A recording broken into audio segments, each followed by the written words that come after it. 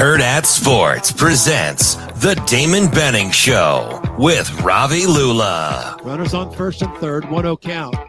Breaking ball, hit well. Deep to left field, Moore going back. That ball is gone! Dubon, a 3-run shot! How do you like that? Here it comes. And Lindor lines one, left center field. De La Cruz over and looks up, and it's gone! Oh, a line drive, a laser from Lindor over the left center field wall, right over the party deck. The Mets' second 2-run home run of the ballgame. It is 4-0 New York. Dutchman swings, sending this one out towards the bullpen, ranging back at the wall. It's in the bullpen. CNL Perez catches this one as Rutschman launches a 2-run shot. The fireworks go off as Rutschman continues to go off, and it's a 2-0 lead. The top two teams in the American League, Baltimore, Tampa Bay. Pitches soared in the air, deep to left. Forget about this one. Watching his Merrifield, it is long gone for Aaron Judge. Second home run of the night. Judge going to left field. Another 2-run shot. And it is now 6-0 Yankees. Checks second base, comes home. In front, he hits a high drive to right field. Way back it goes. It is gone.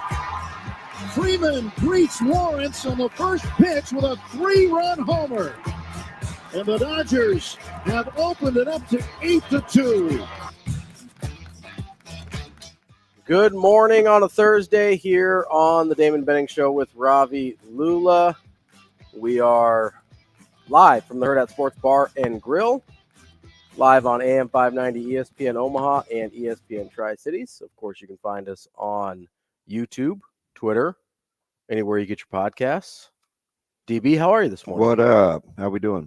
We're doing good. I'm a little discombobulated. I feel like our setup is shifted a little. What was in here last night? Something, I'm sure. Was it the run? Was that last night?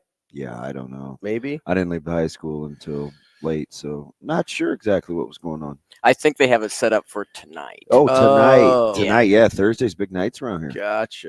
Okay, that makes sense. It's just, we're a little, I just feel a little off kilter. At least I can't fall off the stage this morning. I mean, I probably could. If you tried hard enough, I think you could, but we're going to do our best to make sure that doesn't happen. Back-to-back days. Yeah, that's not a great streak you're on. I would try and avoid making that 3 in a row. Yeah, I won't go over there. Because we're at 2, so it's a coincidence. You don't want to make it a trend, right? 100%.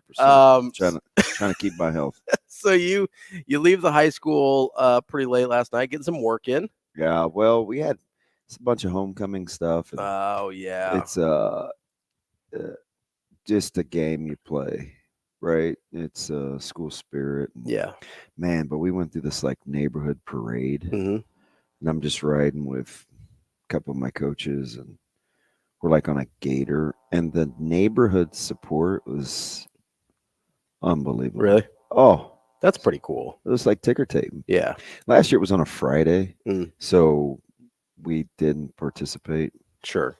It's usually on a Friday, but man, I just couldn't believe the support. That's pretty cool. Got all your teams, and Unified's out there, which is our special needs, and it was fantastic. Well, that's cool. You called me last night on your way home to kind of ask, like, hey, what do you think for the show tomorrow? And well, I just didn't. It's easy to get distracted. Yeah. So because there's kind of a lot going on, so I was like, this trying to get a feel. Yeah, there is a lot going on, and it's really easy, especially this time of year, to. I know that whole show prep thing throws some people off, but well,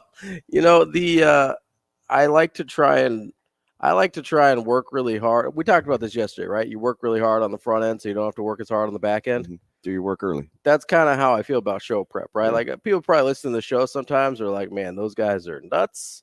Do they ever prepare anything? Like. I don't think it's that as much as staying on topic. Well, that's because very few I mean, you may feel that way about you. I don't feel that way about me. So it's like the range is you wouldn't have the range that I think you do if there wasn't preparation. Yeah. So I mean, I again, I don't want to speak for you, but Sure. if you want to sell yourself short, No. you knock yourself out. No, that's not in my repertoire. What I was just gonna say is sometimes when you can keep it a little loose like us, people think maybe it's not as prepared or tightly run ship. But you got to work hard on the front end. They'll get to know the personality. Yeah, you got to work hard on the front end. But one of the things I told you I was working on. Well, actually, let's get to Damian Lillard first. Well, no, you don't want to. It's a long show. Okay, well, we even set anything up, man. Yeah, that's true. You're right. I mean, what are we doing? I'm terrible at setting things up. We've got a lot going on today, as DB said. We've got our guy Mitch Sherman coming up at 8 from The Athletic. Brian Edwards trying to make you some money at 8:45. Yeah, he's on a little run here. Our guy Michael Bruntz, Husker 24/7 at 9. Won't he have jokes? I mean, I think Bruntz always has jokes. Yeah, I wonder how his message board took the news yesterday. Yeah, it's a very, very poorly kept secret, but I just don't like. That's why you don't tell anybody anything you don't want people to know, because you just spoil it for you just spoil it for the young people. Yeah, a lot of people run their mouths too much. Yeah, they do, unfortunately. But if you don't know what DB is talking about, Eric Ingerson switched his commitment from Pitt to Nebraska last night. A little exclusive video by our own Mike Sauter getting that announcement out into the world officially. So that's a big pickup for Nebraska. They continue to try and lock down the state of Nebraska with the 6'7" tight end out of Papio. Big kid. Yeah, really big kid. I can't wait to get into the tackle talk. About turning him into a tackle? I just shake my head. I'm like, I always, people can make you dumber. Well, so the immediate thing last night for me was, people are trying to change position. They're like, oh, could he be an edge rusher? And I was like, no, now that I could actually see. Still, though. That I could actually see, but it just bugs me how there are like further projects down the road, and nobody ever talks about position changes. Mm-hmm. But if we're not enamored with a guy, or we don't love certain measurables, it's always like, well, what can we turn him into? And I'm like, how does that make any more sense than trying to figure out what a guy's going to play solely based on measurables? I'd like to at least have a body of work or a frame of reference, just to see him a little bit. And with a baseline idea of what he does before I try to extrapolate. For me, that's easier than taking a guy with measurables and no real home and trying to figure that out. Like, it's just I think it's interesting. Something this staff has been willing to do. Yeah, so I'm probably gonna roll with those guys just because they've had success doing it. You don't have the Bonners and the Rollins and the Tagaloas, and you just don't do that with guys. The Luke Lindemeyers, and not. It's not an accident. Yeah, like it's not a fluke that they're able to get something out of those and guys. You're also not flipping to go do something that somebody's going to talk you into. Yeah. You'll have every opportunity to do what you want. Yeah. I don't know, man. Curmudgeon DB, I guess, or something. People are just really, really dumb. I don't know how else to say it. So let me play devil's advocate here. Not that I think it's a good idea necessarily, but could you make the argument that people in Nebraska have seen the success of a guy like Cam Jurgens, who played tight end in high school, puts on a little weight, but he's still got the athleticism of a tight end and becomes a very, at least, I mean, in the NFL, I know people had snap problems, whatever here, but became a very good offensive lineman because they carried the athleticism over from tight maybe. end. I mean, he had some elite measurables in terms of his explosiveness, standing broad jump, things that obviously when you throw the shot and the discus like that, very explosive through the hips. And, he's a little smaller in stature, a little bit more of a squatty body. So sure. Right. I mean, listen, here's the gist of the thing. Extrapolation in terms of position play and what a guy can do, I'm totally fine with. I just don't like how we're selective with it. Okay. So give me an example. Yeah. Well, it's usually just based on if we like a guy or not. Right. So So if we don't like a guy enough at the position he's at, we start to say, can we put him here? Right.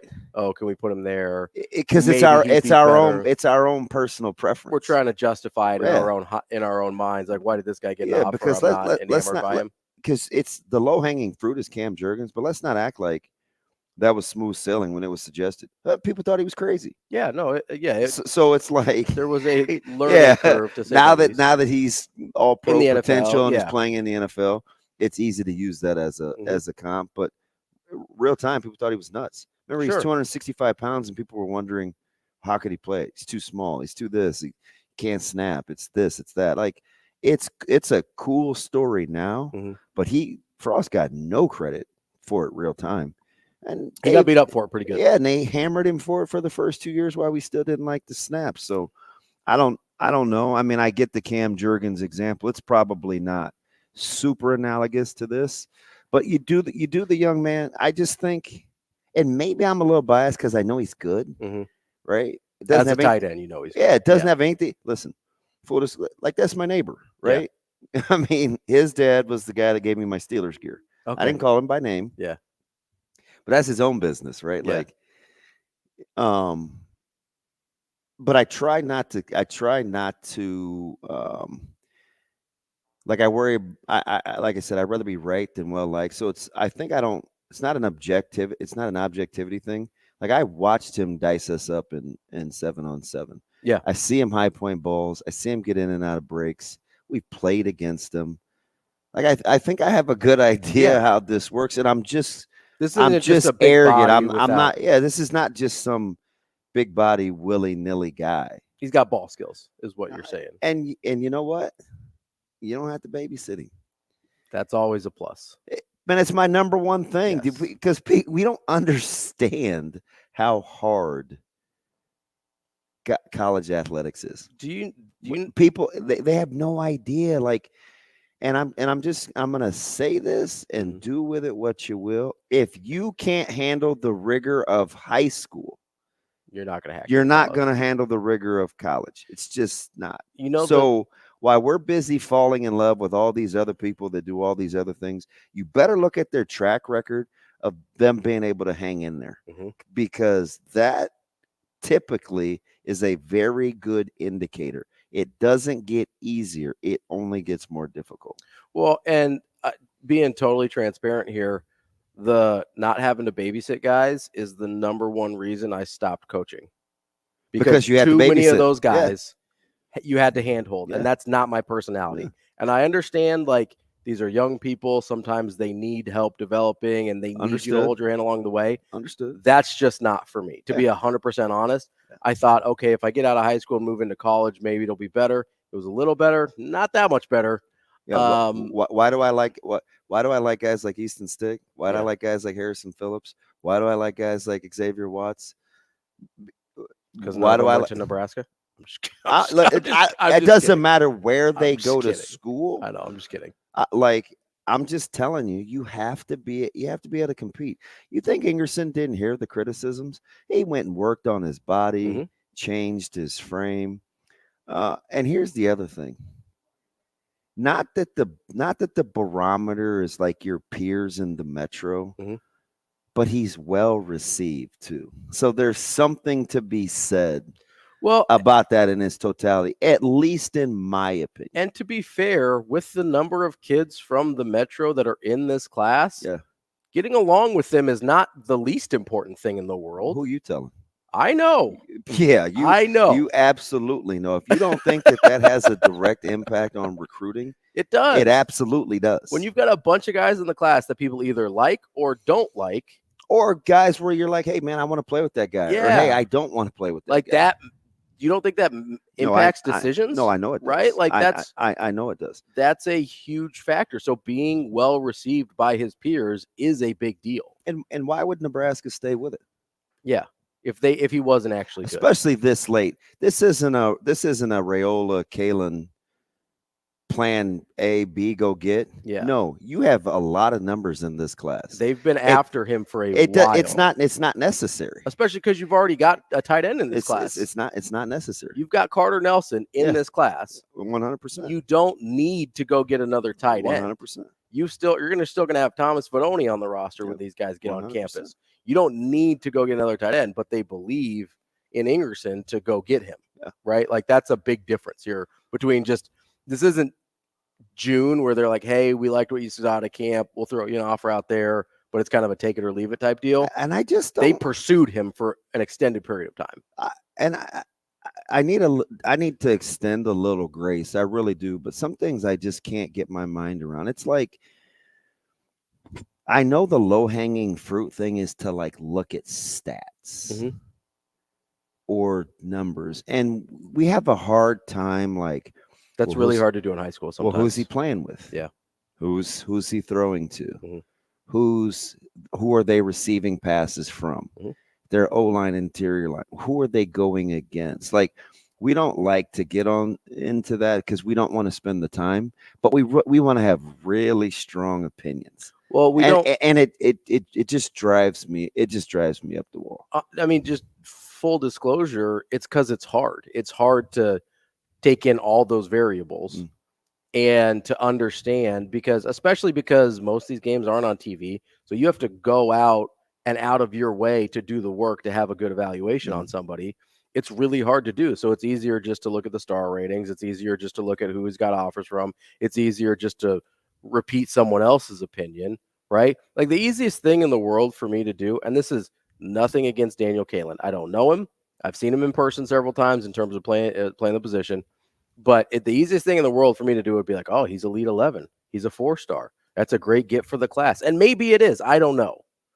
But that would be the easiest thing in the world for me to do is just to be like, oh, hey, yeah, look at all, because I've got all the other things to back me up on it, right? Yeah, because conversely, what happens with other quarterback spots or other players is we immediately look at who's offered and who doesn't. I'm like, that's just lazy. I can't tell you how many conversations I've had, and random Mike's on the line here, and so technically he brought up Rizek first, not me.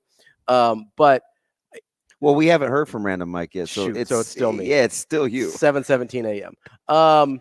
No, but so you wouldn't believe how many, because I'm pretty active on Twitter with the Rizek thing. And was that yesterday you went down that rabbit hole in that thread? It's like every day, I'm be honest. There's usually like 2 or 3 a week. Man, I just know when it says thread, it's long. It is. But a lot of those conversations are, well, he doesn't have any other offers except for the service academies or whatever. And it's like, lazy, watch the guy play. Lazy. Watch him play. And I'm going to go out on a limb here, whether it's Nebraska or somebody else. That dude's getting a Power 5 offer. It may not be Nebraska. I hope it is, right? But that dude's getting a Power 5 offer. I'll say it right here. Like, I don't care what it looks like right now. That's a Power 5 quarterback. So the easiest thing in the world would be to just be like, oh yeah, Kalen, Elite 11, 4-star, whatever. Look at all these offers, Missouri and whatever. He got offered by Florida State before he even started a game at Bellevue West, whatever, right? You realize there's some offers that guys have where the schools that they don't count. They're not real. Well, here's the deal. They haven't even been in town yet. Yeah. No, I know this. I know this. Okay. But that's the arguments that I hear from people, right? Because they see the list on the recruiting site, and we love our friends at the recruiting sites, but it's an inexact thing, right? Because you've got committable offers, non-committable offers, contact, whatever, all this stuff. And so you see this laundry list of offers for one guy, and then you don't see a lot for another guy, but you don't know what's real. How many of those offers could he actually have committed to? Yeah, could I say yes tomorrow? And if you can't, that's not a real offer, but it still goes on your list. Man, right? You know I know. So but that's what I'm talking about here, because so many people just come at me with like, oh, who's offered him? Well, if Nebraska, no other Power 5's offered him, why should Nebraska offer him? It's like, well, first of all, that hasn't really been Nebraska's MO with the staff, right? How many random athletes here? Yeah, that's the funny thing. Like, are we not looking at the entire class? That slew of DBs that got offered in like a 2-week span. They had no other offers. No other offers. Not even Division I. No. I think the best offer one guy had was a D2. So I'm like, you got some FCSs in there. It's just I'm telling you, man, you have to be careful talking to people. You got to take things with a grain of salt, because what we don't like to do, I'm serious, is we don't like to compare apples to apples. We like to situationally use examples based on what our argument is. We're not, very few people are willing to say, I understand that this may be different. Oh, that's interesting. Let me take that in. I just too many times people rather be right than get it right. And so even though it's been good in some other instances for this staff thus far, it's like if he's not ours yet, we're going to fight tooth and nail to not justify. Same as if he is ours or she or whomever the athlete is, and they've committed, we'll make every excuse in the book to justify why we see what we see. And sometimes, you know what? It just is. The O-line's been bad. What it is. It just is what it is. You know, like whoever you're talking about, right? And that's honestly something that I struggle with sometimes because I want to be right. I also want to get it right.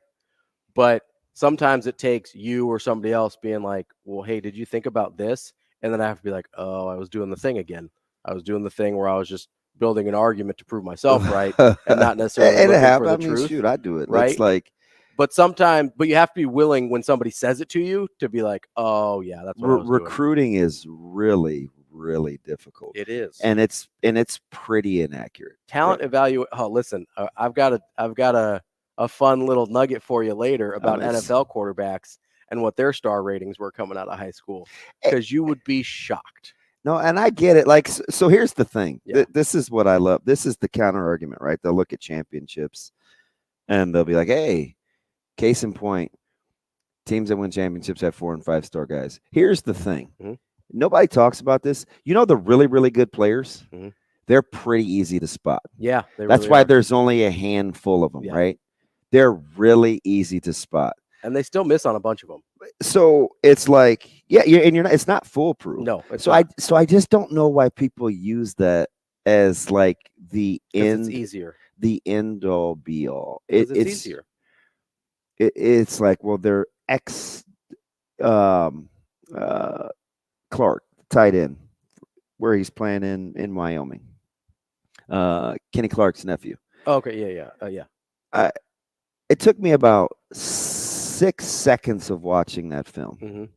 I'm like, yeah, this kid can play. Why hasn't he been rated? Yeah. Well, familiarity. You can't do everybody. And plus, in the ratings industry, what's the difference between a high 2 and a low 4? Is it offers? A lot of times. I mean, how many? So Nebraska's a great example of this, Nebraska right? high school, Nebraska the college. Nebraska football. Yeah. So how many of those guys that they offered to were unrated when they offer, and then all of a sudden they're 3 stars because they have a Nebraska offer? No, I understand. I understand. Right? They didn't change. The player didn't change. The only thing that changed is Nebraska offered. They accepted. Now they're 3-star. Do you want to know how I know and I'm just going to keep this 100 because it's the easiest. It's the easiest example I can give. It just happens to be in my own home. Yep. There aren't 7 players in the state or 6 players in the state better than him. I mean, I've said it all along. There's just not, right? So he's the best player in the state. So you have to take those kinds of things with a grain of salt. I'm saying the hard guys to get are the in-betweeners. Yeah. The high end guys like the Noel Devines and we even struggle with Dylan Raiola. Yeah. Right now, we don't know what to do with him because he's not ours, or who? Well, it's about time for a ratings bump. Like, how many times have I heard that? Like, what are we doing? We have no idea. That's the answer. Random Mike, hold on the line there for a second. We'll get back to you as we continue the show here on Benning and Lulla.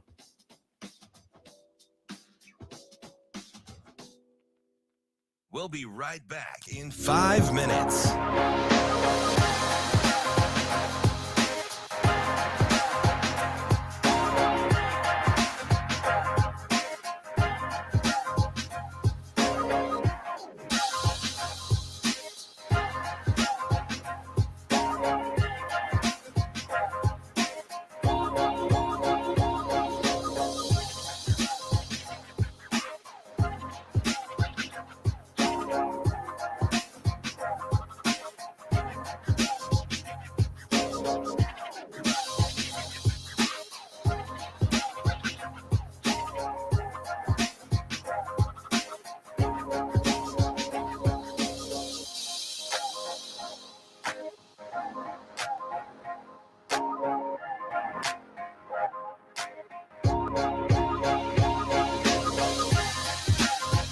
We'll be right back in 4 minutes.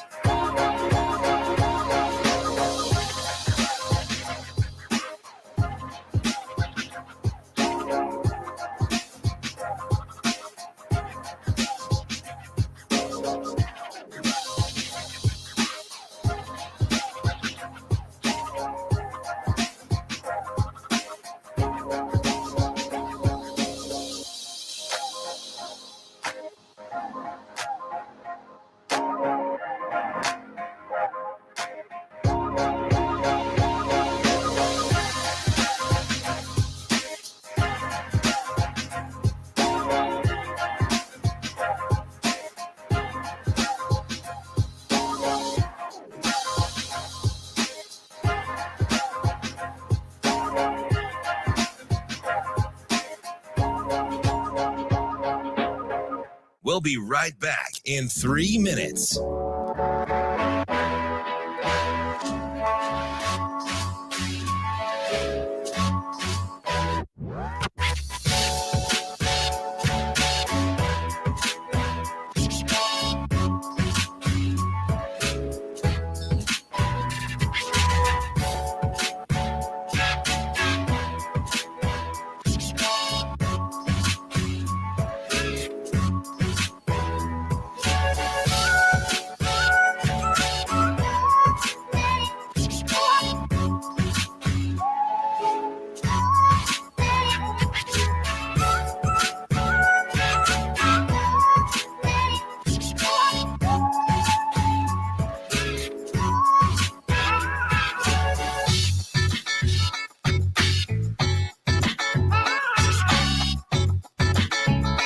We'll be right back in 2 minutes.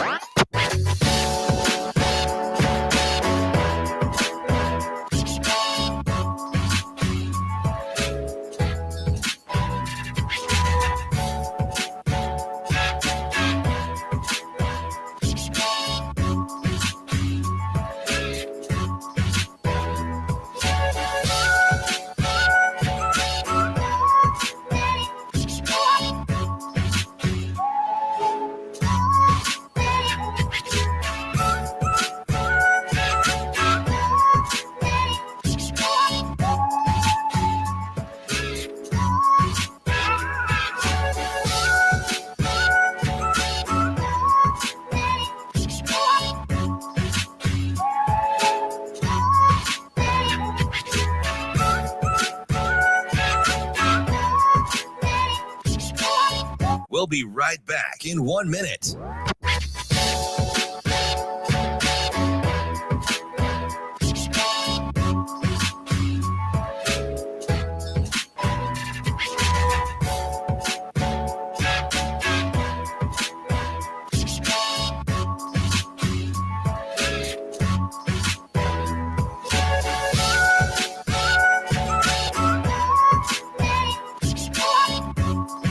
We'll be right back in 30 seconds.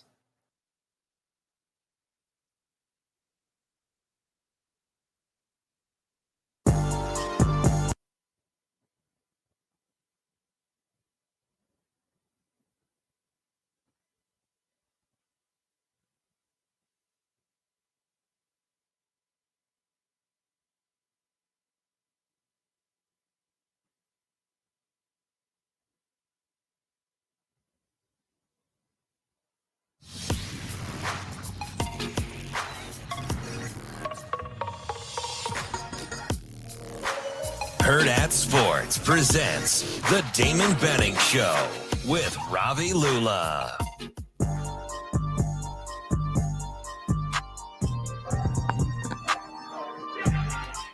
Here we go on a Thursday with DB and me. I'm Ravi Lulla on AM 590 ESPN Omaha, ESPN Tri-Cities, and Hurrdat Sports Radio. You can give us a call like our friend Random Mike has done at 888-638-4876. That's the Warhorse Sportsbook hotline. Random Mike, how are you this morning? Mike, you there with me? Hello? Hey, good morning, Mike. Yep, we can hear you. How are you, buddy? Yeah, Damon, last time we talked, I told you how impressed I was with Rizak, and especially his improvement throwing the ball, and that I think he's got the arm, and I know Ravi agreed. And I asked you if Nebraska was interested in him as a quarterback, and you said yes. And now I'm learning that no, it's safety, and that he didn't even talk to the offensive coaches when he was there. Is that true? What's going on? Yeah. So that situation was pretty fluid. I can only tell you what I know. I mean, he was obviously there with a couple of other West Side guys, and I felt like going into that week and the preceding weeks, the conversations we had, or I had had with Nebraska when they asked about Rizak were quarterback related. That Monday and Tuesday, talked to a couple of guys from the staff, and it was kind of centered around him being such a really good athlete. And that one of the guys that I was talking to was pretty interested in the evolution of him as a quarterback, but it would have to be a staff. The staff would have to kind of agree, which is not uncommon. That's not just a Nebraska thing. I mean, that's just how people are recruited. So when he got there, and I think he saw safety on his lanyard, whether Nebraska was being, just telling him how it is or whatever, I do think that rubbed him the wrong way. Now, I think he's got to own a little bit of the dialogue too, right? Because if he feels like, well, there's this certain level of lack of appreciation for my skill sets. Remember, he's still a young man, right? So he may not have felt like he wanted to go out of his way either to make sure that he got all the information that he needed. And I guess what I'm trying to say is that it takes relationships are a two-way street, and the adults in the room got to be the adults. But if they're shooting him straight on how they feel about him, at least there are no there's no secrets, right? I don't think they have any ill will in terms of why or how they treated him the way that they did. I think a lot of that was based on the expectation level going in. Does that going into the visit, does that make sense, Mike? The family is very well versed in terms of kind of love, respect, how to interact. He's been at other places. So that's kind of the barometer. When you're parented in a strong manner like they do, like they are, you have a certain level of self-respect. And whether it's intentional or not on Nebraska's part, when that's being meant or not. And I think he handled himself accordingly. Like, it was a weird weekend. He was one of the last 4 or 5 guys there. This I know for a fact, because he and Caleb left at the same time, and there were probably only 4 or 5 recruits left in that players' lounge. Now, that could have been for a variety of reasons, but I don't think he's interested in going anywhere where he doesn't have the opportunity to at least try to compete for a job at quarterback. And I don't begrudge him for that. And I don't know if I hold that against Nebraska either, in terms of if they don't see him as a quarterback. The only thing I know for sure, Mike, and I mean this, and this is no knock against Harburg, because it's really not quite watching it on like apples to apples, but at the same period of time in high school, when Harburg was a senior in high school versus when Rizak was a senior in high school playing quarterback, Rizak is the better quarterback prospect, in my opinion. He did it against better competition at a more prolific pace, and I believe they are very, very, very similar in athleticism. Anthony is 6'3" and some change. He's 200 pounds. He's got a great frame, and he's a winner, right? Similar to Harburg, who I called at the time when he came out a top 5 athlete in Nebraska. I said he could play tight end. So I'm not knocking his athleticism. I'm saying Rizak is right there on par. Yeah, and I think it's pretty obvious he wants to play quarterback, at least have a real chance to play quarterback in college. And when I asked you that, were they interested in him as a quarterback? And you said, yes, they are. And then that was my understanding going in. I don't know. Yeah, I don't know why the whole position thing on the. You could have just said athlete. That's what I don't understand. Is right? There had been internal discussions and within the staff, and I'm sure there were, right? And they weren't really sure. Hey, I kind of want to look at him as an athlete. They're like, I kind of look at him as a quarterback. We kind of see him as a safety. It's like, we'll meet in the middle there and call him an athlete. If you don't know yet, just call him an athlete. And if they don't really want him, then I'm okay with that too, right? I mean, that just is what it is. Yeah, I totally agree with you. And to think, and I'm hoping they can correct that and say, look, look, if you want to get a legitimate shot at quarterback, you're going to get it here. And we look at you as an athlete that can, if it doesn't have any quarterback, you can definitely help with somewhere else. So yeah, I know you're disappointed, and he is. And to think they blew it with both members of the family, it's kind of shocking to me. I mean, why not say to him, look, we see you as a safety for sure, but you're going to get a real chance at quarterback, and you might be the guy. I mean, what's so bad about that? Yeah, I'm with you, Mike. I appreciate the call. I think the thing that I'm most interested in is what I want for him is for somebody to just get to know him as a competitor. I don't care what the school is, right? Just spend time around him. And it will be woefully clear. I don't care if what he ends up playing. You cannot spend 5-10 minutes with Anthony Rizek or Teddy for that matter and say, gosh, you know what? These guys won't give me everything they have. Yeah. It's how they've been raised. It's what they know. And the thing that drives me insane about this whole process is I cannot stand how we make excuses for one guy in one area and we use it to vilify or critique other people in other areas. And it's always to shape our argument, especially at the quarterback spot.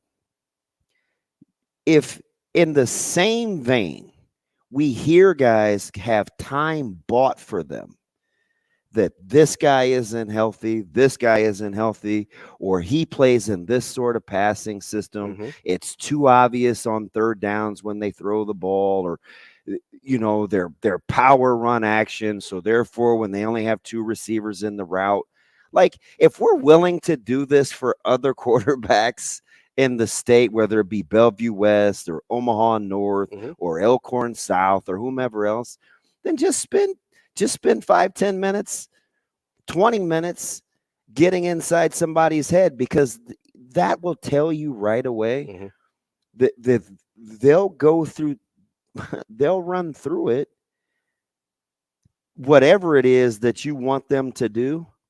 If you establish the relationships. Well, and if you don't want a guy, I'm not mad about that either. Sure. Right? It's like, my thing is, it's not that I'm mad about it. I think it's if Nebraska doesn't see the value in a guy like him, that's a huge miss to me. Yeah, that's what it is for me. It's like I hope he gets an opportunity. So in the same vein, why I get out of bed early. In the same vein, a guy comes to your school, he flips from Pittsburgh to Nebraska.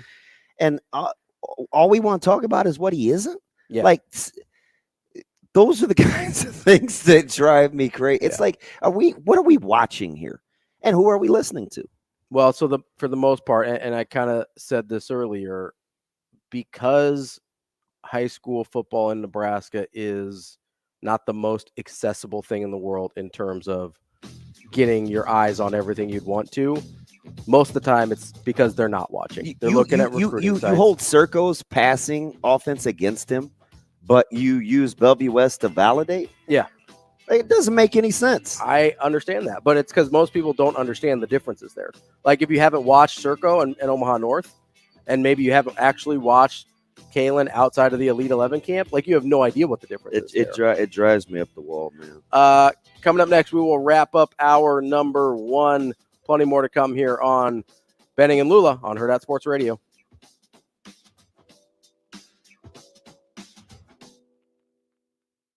We'll be right back in 4 minutes.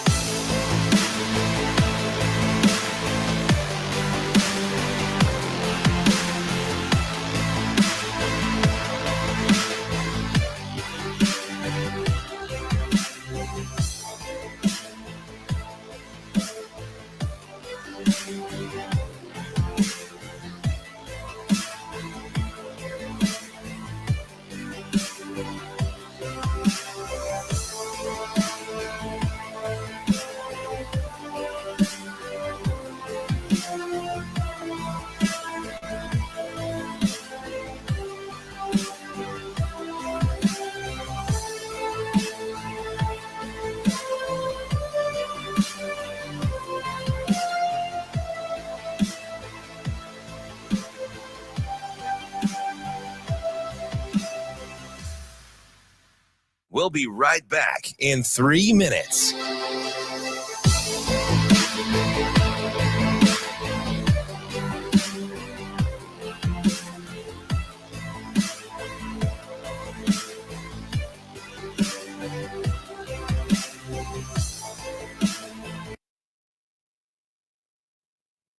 Here with 2024 Papillion La Vista tight end Eric Ingerson, and he has some news to share with us. Yeah, after much thought and consideration, I'm going to be committed to the University of Nebraska. And why Nebraska? And you obviously were committed to Pittsburgh, so why the change? So I have 20 little cousins that look up to me, and mostly it's just the family, and being so far away from them, I just couldn't do it mentally. I would have been struggling out there. A lot of aunts and uncles, I just couldn't.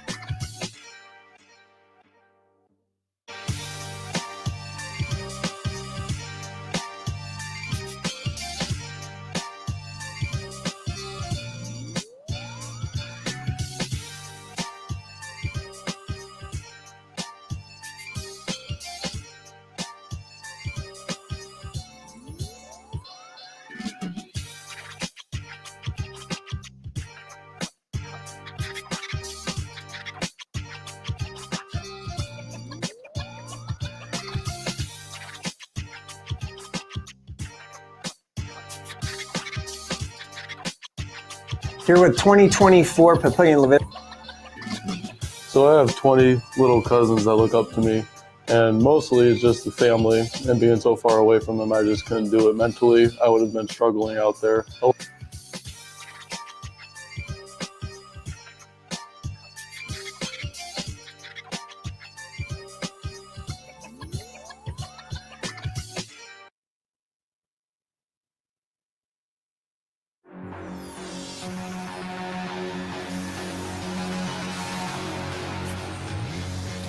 Hurrdat Sports presents the Damon Benning Show with Ravi Lulla. Here with 2024 Papillion La Vista tight end Eric Ingerson, and he has some news to share with us. Yeah, after much thought and consideration, I'm going to be committed to the University of Nebraska. And why Nebraska? And you obviously were committed to Pittsburgh, so why the change? So I have 20 little cousins that look up to me, and mostly it's just the family, and being so far away from them, I just couldn't do it mentally. I would have been struggling out there. My right Rockstar life, so much money, I'll make you laugh. Hey. Wrapping up hour number 1 here on the DB Show with Ravi Lulla on a Thursday. You can join us 888-638-4876 or hit us up on our email, thedbshow@hurrdatsports.com. Lots of varying opinions already. Lots going on. One from Twitter, T. Kyle says, Eric is an amazing leader, talking about Ingerson. He says, my son is one of the kickers on Papio. He has missed a few this year, and the first person to come and talk to him is Eric. Great athlete, but more importantly, a great leader and person. See, people they're not interested in that. Well, they should be. Or we winning 50-50 balls. And I mean, listen, winning 50-50 balls is important. Are we a 1.56 10-yard dash? Like, it's stuff that people don't even know. Like, it's not even a finished product. Mm-hmm. You know what I mean? And it's like Adam says, people better get used to he says fans are going to have to get used to this staff's confidence and their ability to coach football. It sounds silly, but that's what all this really is. It's not as common as people think, right? There are some coaches, man, that need to be validated by the caliber of ranking of guys that they're recruiting. There are some people that couldn't care less. And I think the latter is kind of hard to is not as common as we think. And he says they know that they can develop between the lines. So that's where the confidence is. It's a proven process. That's why then why wouldn't you just recruit measurables like some guys do? It's hard to teach. 4.4 speed, what's harder to teach? 4.4 speed or mentality? It's efficient and it broadens the recruiting pool substantially. Mm-hmm. Like that's like we're not to bring Coach Sad into this, but like, are we really paying attention to what's happening with this offense in terms of what he's been able to accomplish given the hand that he's been dealt? Well, especially in real time, going from what he probably wanted to do offensively. And I know what he wanted to do because I watched it at South Carolina versus what it turns into. Spoiler alert here. South Carolina was not a triple option team. Yeah. The fact that they're even managing is in my opinion, really impressive. It's pretty impressive. Yes. The fact that, listen, Heinrich Harburg didn't think he was a quarterback still. The last staff tried to run him out. Yeah. Listen, leave. You're not going to play here. Yeah. Right? So it's and like the new staff gets here and he goes, hey, do you need me to move positions? Train for it. Yeah. Do you want me to lift it for it? Do you want me to be a tight end now? Do you want me to be an H-back? Like what are we talking and about? All of a sudden, you've got Marcus Satterfield here. And listen, some of the credit has to go to Heinrich Harburg, right? Oh, for sure. Like, see, that's the part that I'm talking about. Yes, then not needing to hold his hand. Yes. Right? Like, but he also got the tutelage. We talked about this yesterday when I said, let's not act like I think I said this on Benning Bites. I don't know. Let's not act like Harburg shouldn't get credit for saying, I'll do whatever it takes to win. Mm-hmm. Go try to figure that out when you go recruit a kid. Mm-hmm. Because until they're presented with it, hey, listen, this isn't probably going to be like you think. We're going to do this X amount of times. We're not really going to be this kind of offense with you. Mm-hmm. I know it sounds fun, but just do this, and it'll give us a chance to win games. Mm-hmm. And people, you think people just automatically say, oh, okay. No. Right? And I said, and I don't know there has to be a level of trust. Yeah, I don't know the answer. But I said, what if you said to Jeff, because people are like, oh, and I'm just playing devil's advocate. Well, Sims could run the ball 20 times a game and only throw it 15. And I was like, but would he want to? Yeah, that's what I don't know the answer to that question. Because we talked about him, wanting to be a Sunday guy, talking about how he's a pocket passer first. We just do all these sorts of linear things because we base it on people's ability. The number one and 1A skill sets you need in order to thrive in college athletics is you have to be intrinsically motivated. Mm-hmm. And the byproduct of that is you have to be ultra competitive because when you are, you'll go through you'll run through it just to figure out a way for you to maximize, just to do what needs to be done. Like that's the thing that you can't measure. And I think with this staff, that's why I love Rizak. Yeah, but here's the funny thing about Rizak and why I find it so perplexing that he doesn't have the Nebraska offer or the other Power 5 I've been offers. down this road before, so I'm not, it's I've seen it. But here's why I find it so incredible in a bad way is, yes, he is that guy. He's the competitor. He's the winner. He's the self-motivated. He's all these things, right? He's also 6'4", 200 pounds, and runs like a 4.48. Yeah. So like he's got the measurables. Yeah. That's why I can't figure it out, right? Because it's not all intangibles with him, right? The guys that are strictly intangibles and only have like a base level of athleticism, those are the guys that it's really hard to figure out, okay, how does this translate? Right? It's like a Ryan Hawkins when he went from Northwest Missouri State to Creighton, right? I knew all the things, right? I was like, the shooting's going to translate. I don't know if anything else is. Like, he's a competitor, he's a leader. I don't think people appreciate how much his leadership helped that team be good, right? You have all these things, but I'm like, I don't know if it translates because he's not a good athlete. If he was a good athlete, he'd be in the NBA already. Like, he would have been. Like, if he was an average athlete even, because he was a below average athlete in terms of Division I. Like, he's more athletic than me, obviously, but in terms of Division I basketball, he was a below average athlete. So I didn't know how it translated, right? And it worked out, obviously, for Creighton. But that's the part that I don't understand is Rizak has the measurables too. Yeah, so if you just can't decide what position he is, figure it out later. But it's now the other end of the tape. My man Thomas says, if I'm a player, I want to be told which position I'm being recruited for. I don't want to be told we will give you a chance to try that position. But see, which is interesting for him. Now he's a little more established, right? Mm-hmm. So he's kind of been through life. Mm-hmm. So maybe there's that practical application of it, but they let everybody else compete. Well, and here's the thing. It's not even about whether Rizak would accept the offer, right? That's not what I'm even talking about.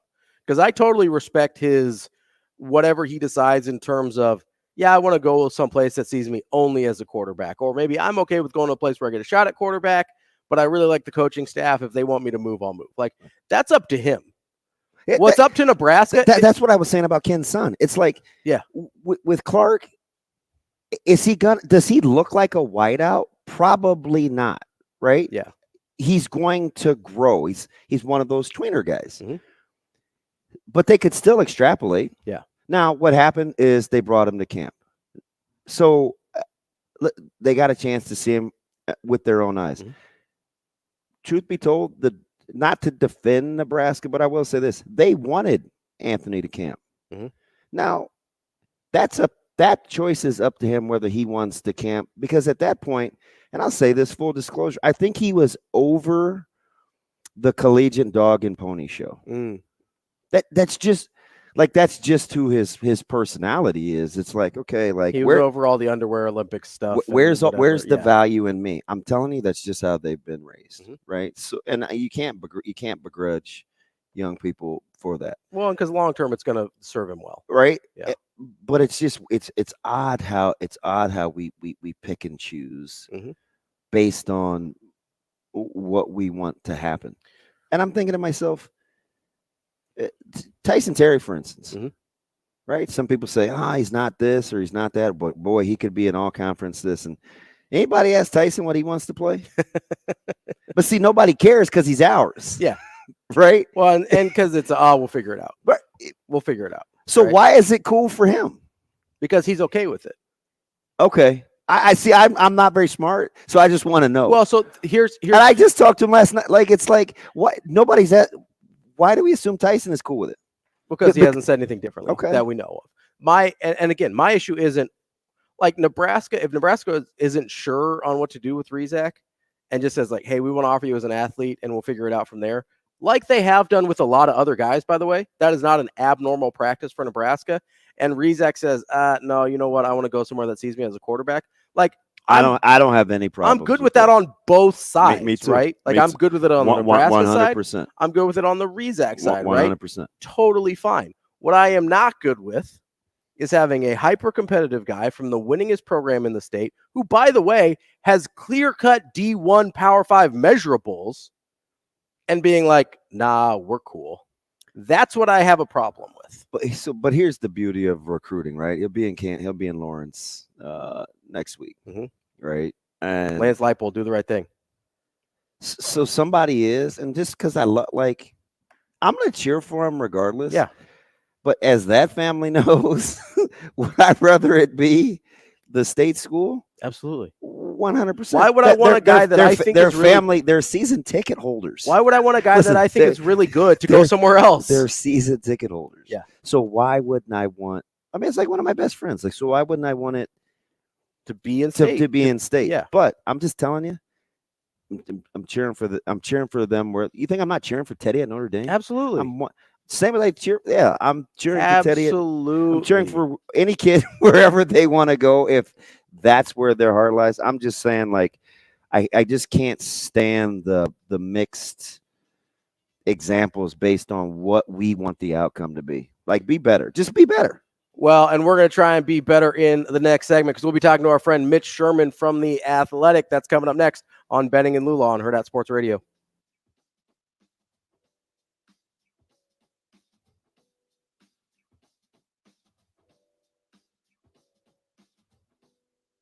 The show will be back in 4 minutes.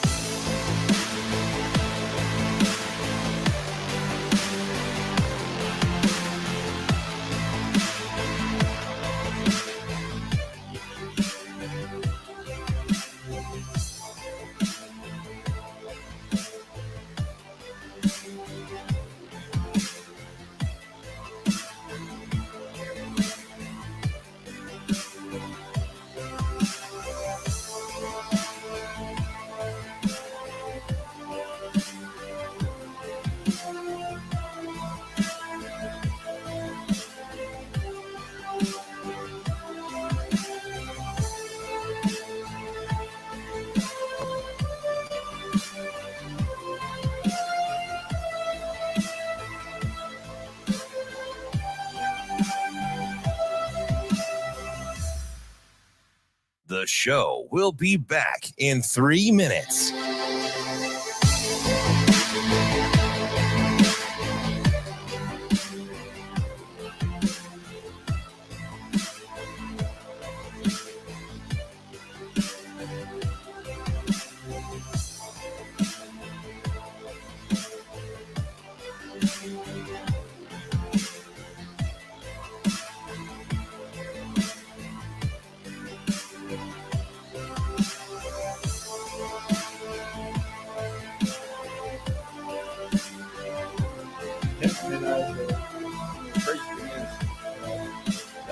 That's what we do here regardless of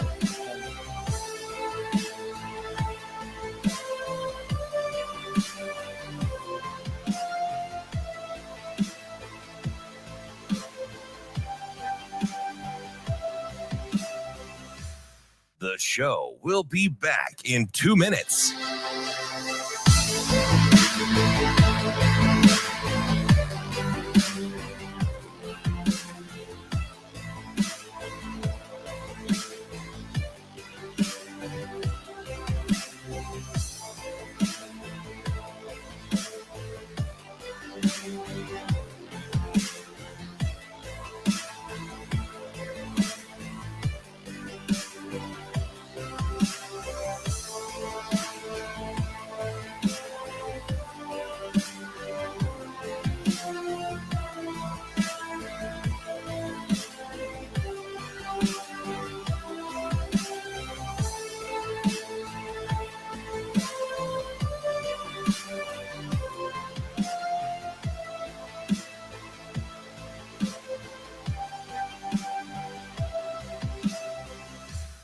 The show will be back in 1 minute.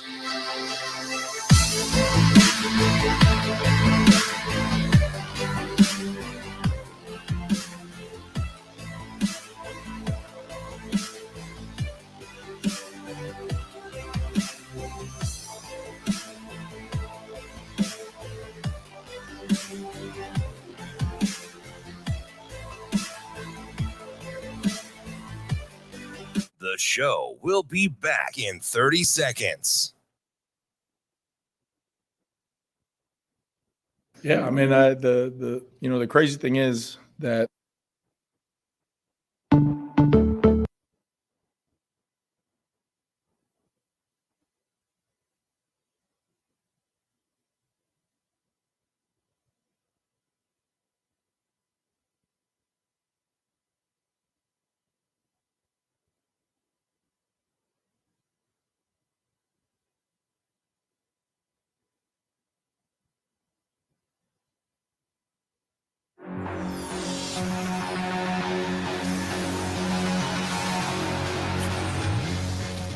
Hurrdat Sports presents the Damon Benning Show with Ravi Lulla.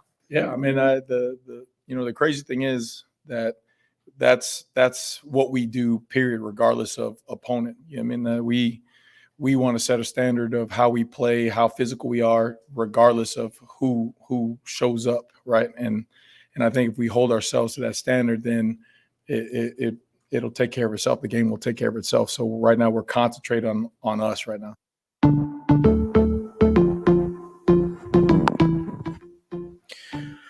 Kicking off hour number 2 here on the DB Show with Ravi Lulla. We're joined by our friend Mitch Sherman of The Athletic.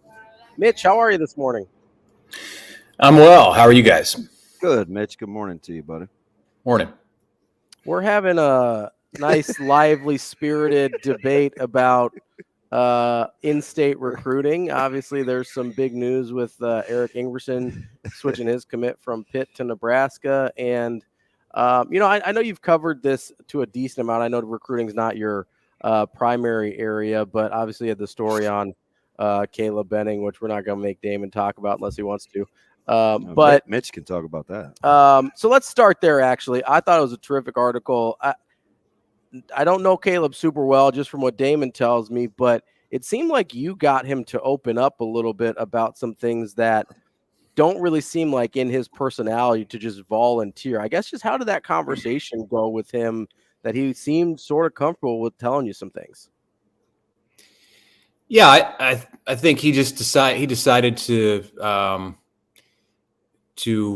be open, which, credit to Caleb. I don't think that there was anything preventing him from doing it before. It just, I don't know, maybe I asked the right questions, but I told him at the beginning, and this probably helped, that I wasn't calling to talk to him about when he was going to commit, what schools were his favorites, where has he visited lately, where is he planning to visit? I mean, the kind of stuff that you often see written about when it comes to coverage of recruiting, that I wanted to go deeper and get more into the why and the how.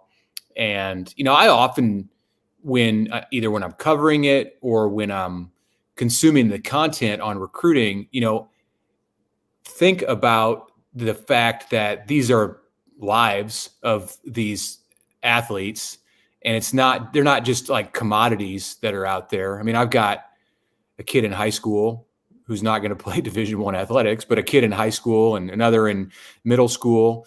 And I mean, I know the stresses of picking a school, and it's really not easy to do it when everyone's watching and everyone wants to know what's happening, beyond just your family. So I thought that was an interesting topic to go into with Caleb, because just knowing him a little bit, we've talked before, it was clear to me that he was wired a little different as far as how much he likes to share and just how comfortable he is with that. So that's where the line of questioning began, and we just went from there. And he was gracious enough to share what he did. It's interesting because, I mean, you saw the Zane Flores recruitment firsthand, Yep. The relationship building and the level of loyalty, whether it's to those recruiting or those being recruited. I think you have a pretty good handle on the dynamics of the game of recruiting. What are fans missing, do you think, when it comes to, because we act like it's very linear, right? If this school offers, then it must be this, or if this school doesn't offer, then it must be this. How could you not say yes to this, or how could you tell them no? Like, what? You've seen this a while and you've got a lot of insights. What are we missing topically that we struggle to connect in the world of recruiting, especially as it relates to in-state? Right. Well, I mean, that's a really interesting topic, I think. And I have seen it over a long, long time, and how the game of recruiting has changed. I mean, the first class of recruits that I talked to as a student journalist in Lincoln was Grant Wistrom's group back then. And I remember, when he committed, and, how it was a big deal because this was a kid on the cover of Super Prep magazine, and I mean that's to date ourselves there. That's crazy. It wasn't about the internet, and there were no cell phones, there was no texting, no social media. It was Grant picking up the phone and calling me. Obviously you called Tom Osborne first, but calling me in the offices of the Daily Nebraska and to say, hey, we talked a few weeks ago and you asked me when I make my decision if I'd give you a call, and so here I am. I'm committing to Nebraska, and I was like, wow, this is cool. And so that was kind of the start of it, with like kind of getting into the minds and the mindset of recruits, and they're all different. And I think that's the thing that people don't understand, or that they maybe sometimes overlook, is that like everybody's story, you can talk to 1,000 recruits over 30 years and all of their stories are different. It's not like one step to the next, and then you decide to visit, and then you commit, and then you sign. I mean, they've all got their own individual unique stories, which sounds obvious if you know people, if you're around teenagers or adults or whatever, yeah, everybody's got their own thing going on. But I think sometimes we overlook that in the way that we view recruiting. It's like, well, why didn't this guy do it the way that this guy did it? Because, he took 2 visits and then he committed, or he was ready to do this when, this part of the process happened. And that's just not the way that it works. Everybody's a little bit different. And, it's funny you bring up Zane. I was just talking to some people in the media on Monday when we were together in Lincoln about him and what's going on at Oklahoma State this year. And, we were kind of revisiting some of the situation last year at this time. I mean, last year at this time, it was like week 1 of the interim coaching staff. And that's when some things changed as far as the way that Nebraska approached Zane Flores. Yeah. But he was committed to Oklahoma State, and he'd been committed to Oklahoma State for several months at that point. And for a lot of kids, I think most in his position, it would have been real easy just to say, well, the home state school's interested now, so I'm going to go take a visit and probably going to end up there. But that's just not how it was. He has his own story like everyone else. And for him, it was extremely important to stay loyal. And it's more than just loyalty. It's to believe in the people that had believed in him. And that was Mike Gundy in Oklahoma State. So that's, there's not a whole lot more to it. That's why he ended up signing there. And, that's his story. Everybody else has got their own story, and they all go a different direction. It's interesting because we've seen there's a couple of real life instances with Bear and Harburg, right? Where both guys coming into this year were a little bit of like afterthoughts, but they both have acknowledged that the coaches' conversations with them in terms of believing in what they had to bring to the table. Hey, do you really want me around? Last staff didn't, this, that, and the other. And they're starting to flourish. What's how fine a line is it, in your opinion, do you think you need somebody to believe in you, like you just talked about with Zane, versus that certain level of intrinsic motivation? Because the whole betting on yourself thing is a real thing when it comes to college athletics, because you do have to have some certain, at least a certain baseline of competitiveness. But as you just kind of alluded to, there is that sprinkle of you believe in me too, so let's do this together. Yeah, I liked what Matt Rhule had to say last week when he talked about Heinrich Harburg and kind of the trip, the journey that Heinrich has been on since last December. And we heard the story about how they talked in the football offices, and Rhule told him that he'd heard that people wanted Heinrich to be a tight end or a fullback. And Rhule said, I think you should play quarterback. And then they brought Sad into the conversation, and he agreed. And, if it ever went a different direction where Heinrich wasn't going to be a quarterback in their eyes, then they would talk to him about that, and he could make a decision about whether he wanted to stay in Lincoln. All very upfront and open, which I think is somewhat uncommon in those situations in college locker rooms and football offices. So that's good. But, the thing about Mackay and about Heinrich, and those guys both came in together in the 2021 class. So they're both kind of at this point in their football development in your third years in the program when stuff like this starts to happen. So it's not all just about, they encountered this new coaching staff and those guys turned the light on for them. I think some of it's just the age they are and that they've now been in college for 2 full seasons, and this is year 3, and some things start to happen in a good way. And you see a number of players in that 2021 recruiting class. And that's Thomas Fidoni's class. And, there are others at Nebraska in that group that are starting to flourish this year besides Mikai and Heinrich. But it's, so much of it is just having a coach who sees something. And, as Rhule said, I'm talking about Harburg. He said, it's not our job to write these kids off. It's their job to find reasons to infuse confidence in them, to help them understand, why they have a good chance to succeed. And they did that for sure with Harburg when they told him they thought he was a quarterback. And they did it with Bahe when, through the offseason, but even on a bigger level in the Minnesota game, when they saw something in him and the way that he was playing special teams and said, okay, you're here. The light is on. Like, this is a window right here where we can take what you did on a kickoff coverage play and put you out there on defense, and you're going to play that way at linebacker. It's like they told him it was going to happen, and he believed them, and it has. Mitch, we've been talking a little bit about Marcus Satterfield and sort of the transformation this offense has gone through in real time almost. I guess, do you have any sort of frame of reference for anything like this where I don't think what we're seeing now from the offense is really that close to anything they maybe intended coming into the season, but they seem to have done a decent job of adjusting on the fly. I guess, do you have anything that compares to that, or how, impressive is it to you that they've been able to do this to any sort of success?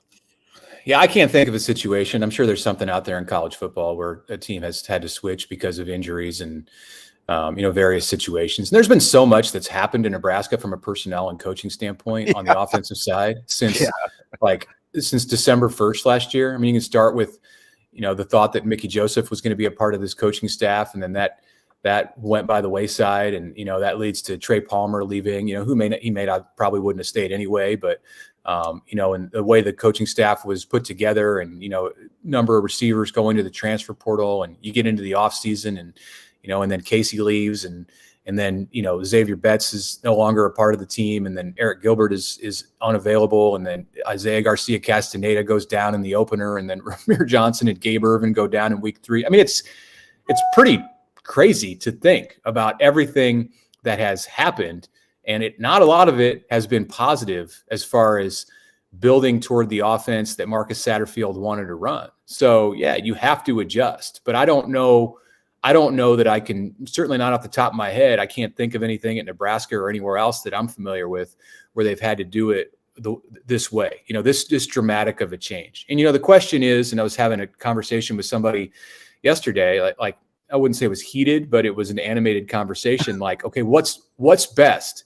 Should they switch in midstream to go to an offense that probably is not a big part of their future? Like, Nebraska is probably not going to be running triple option in 2 years. I don't see it with the quarterbacks that they're recruiting.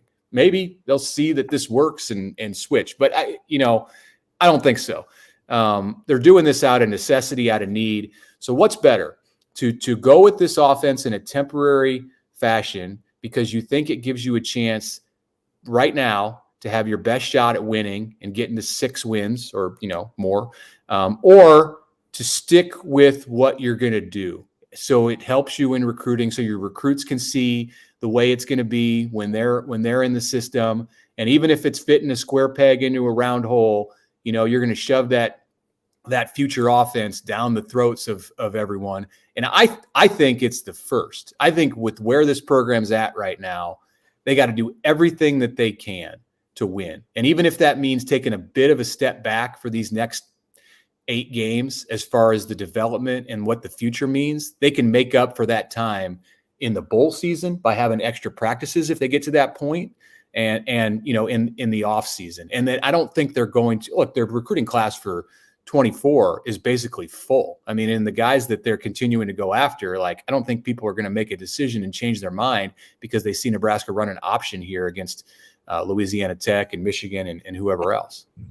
Mitch, what do you think fundamentally? Because that's interesting about the morphing of the offense. When you look at the first 2 games with Minnesota and Colorado versus NIU and La Tech, fundamentally, what do you outside of turnovers? Let's just talk about play conception. What do you think fundamentally was the difference between Sims and Haarberg that were where the disconnect was in the evaluation, at least early on? What's the what's the difference between the two QBs in your opinion as you watch them try to engineer this offense? Is it caliber of competition? Is it the passing game concepts? Is it like what do you see fundamentally as the biggest difference? Well, I think some of it's the competition. Yeah. I think if Jeff Sims had been out there, if the season had started with the games flipped and you had Northern Illinois and Louisiana Tech at home to start, and then you went on the road and you flipped the quarterbacks, I think Sims would have had more success, and Haarberg would have been more difficult for him. The record might be a little different. It might be 3-1, but or who knows, 4-0. But the difference to me in the way that why it's worked better for Heinrich, more efficiently. It has to do with just like things have kind of snowballed in a good way for him in these games, and they went in the other direction for Sims. And then it comes down to confidence and having that feeling that your team believes in you. I think Heinrich really is kind of has been able to get some momentum based off of like the energy that he feels around him. I think it's real. Not just outside of the team environment, and people are clearly behind him outside, but I think Heinrich feels like he's got a lot of support inside. And when he goes into the huddle and he looks into those guys' eyes, not to get too corny, but I think he gets something from that. And, he's gained a lot of confidence, and his personality is such, I think that really matters for him. You've seen him get stronger both weeks as the two games go along, and I think he just gets comfortable. And Jeff never had that opportunity to get comfortable in those two games. And some of that's probably on him, and some of it's just the way that those two games have gone. They played better in the second half against Minnesota offensively than they did in the first, but really, it was a kickoff return by Ramir Johnson and then a broken play touchdown that got them their points. So it wasn't like the momentum offensively for Nebraska ever really got rolling in either of those two games. So he just didn't have an opportunity to get into the spot where we've seen Heinrich thrive against, these group of 5 opponents the last 2 weeks. I was going to say, Mitch, you brought up something there with the comfort level between the two quarterbacks, because when Damon asked the question, sometimes I kind of like to go through an exercise of what I would think my answer would be, while also trying to listen to your answer. It's a tightrope I walk there, but sounds very difficult.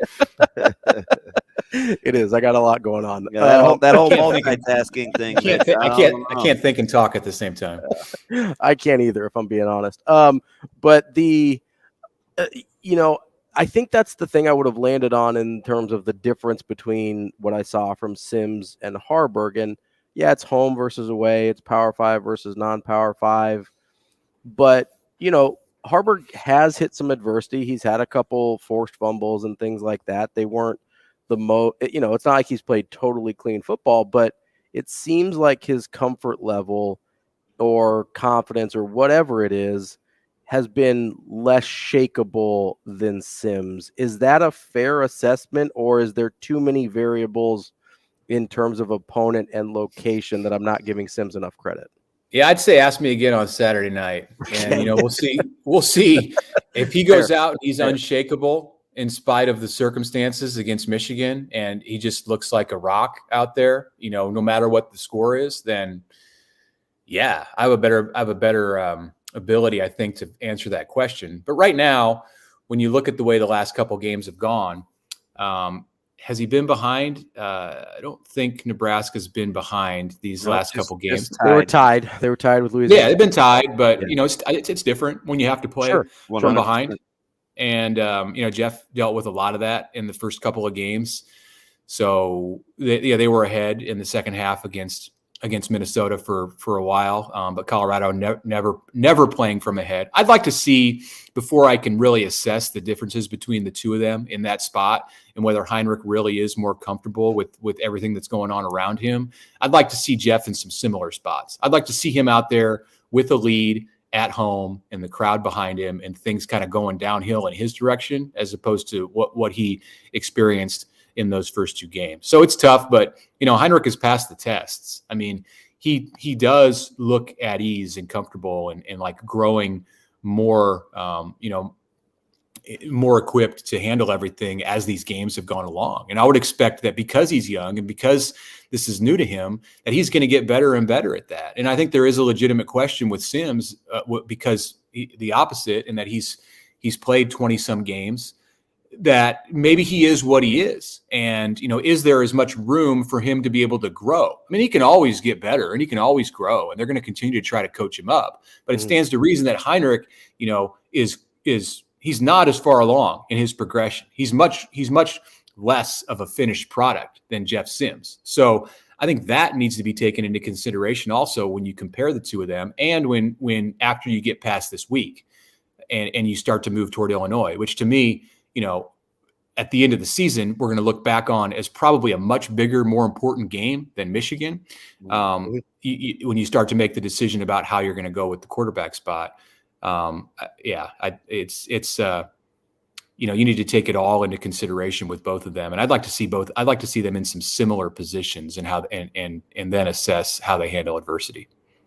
Mitch, do you think if Harburg does show the calmness under fire and stuff at Michigan that we kind of talked about, does that go further in deciding who the quarterback is moving forward than he got 2 wins where Jeff Sims didn't, or he's been a little cleaner with the football, or the offense has looked a little better? Does that part of it to you carry more weight than the other stuff if he just looks comfortable against Michigan? I kind of think the other stuff maybe is more important. Like, how's he taking care of the ball? Did he lead his team to wins? His demeanor against Michigan is a factor and it matters, but no, I don't think that's the number one thing they're going to look at when they make a decision about Illinois. Let's say Jeff's healthy a week from now, like he's totally over the ankle injury, and they're looking at it. They're looking at Heinrich, and he's 2-1 as a starter, and he did well for himself against Michigan, but it wasn't enough because the talent level is just too wide. I think they're looking at first at his play and his composure overall in all 3 games.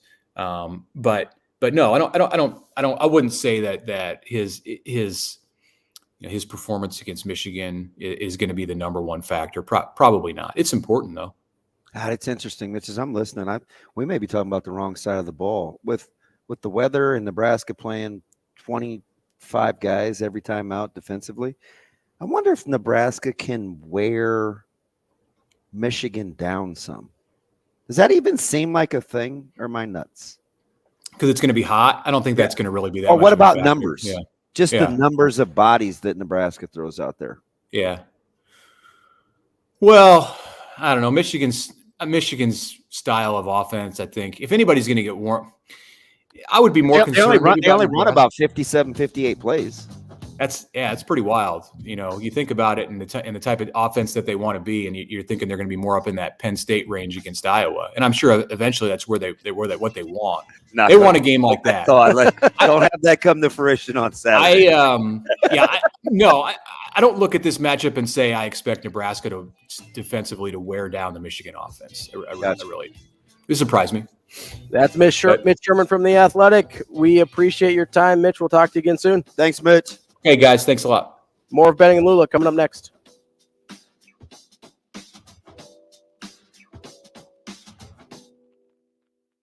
The show will be back in 5 minutes.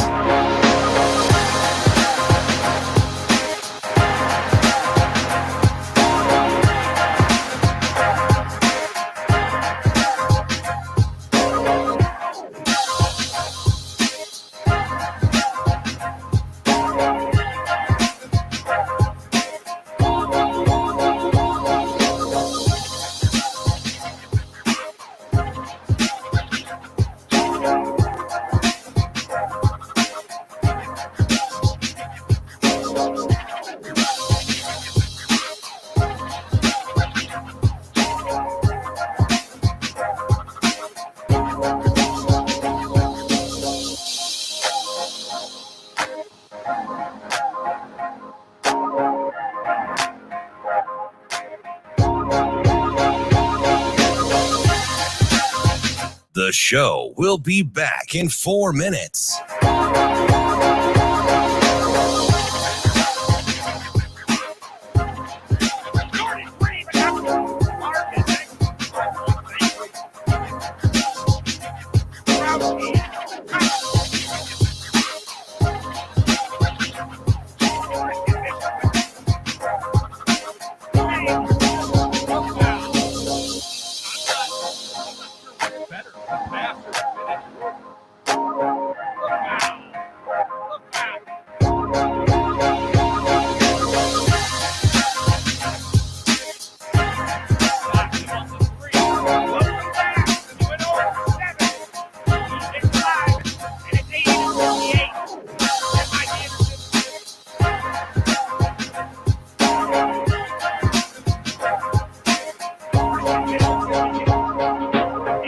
The show will be back in 3 minutes.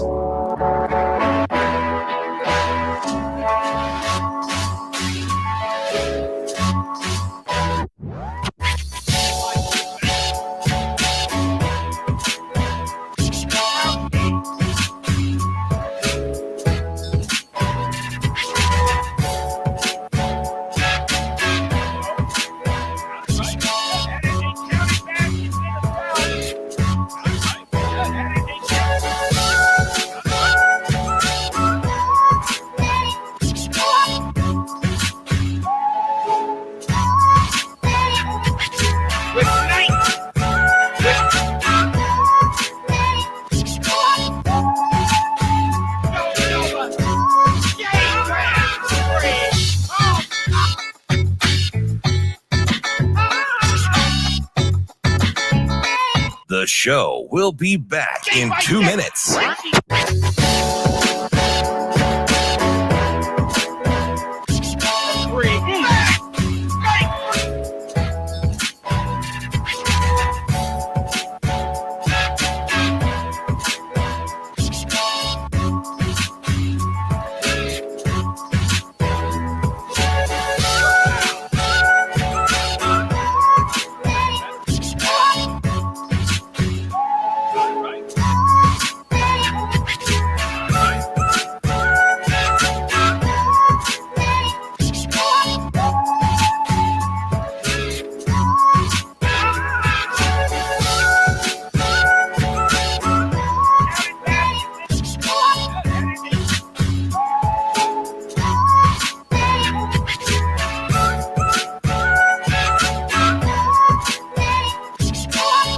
The show will be back in 1 minute.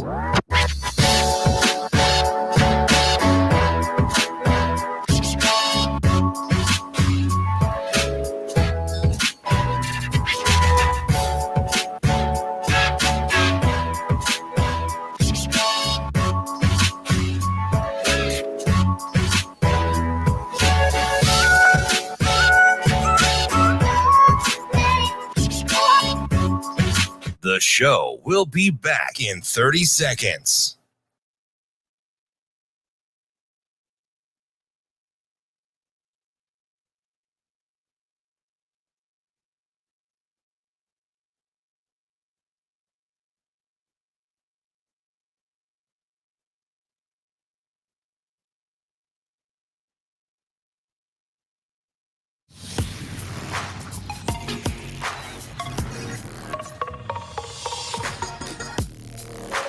Hurrdat Sports presents The Damon Benning Show with Ravi Lulla.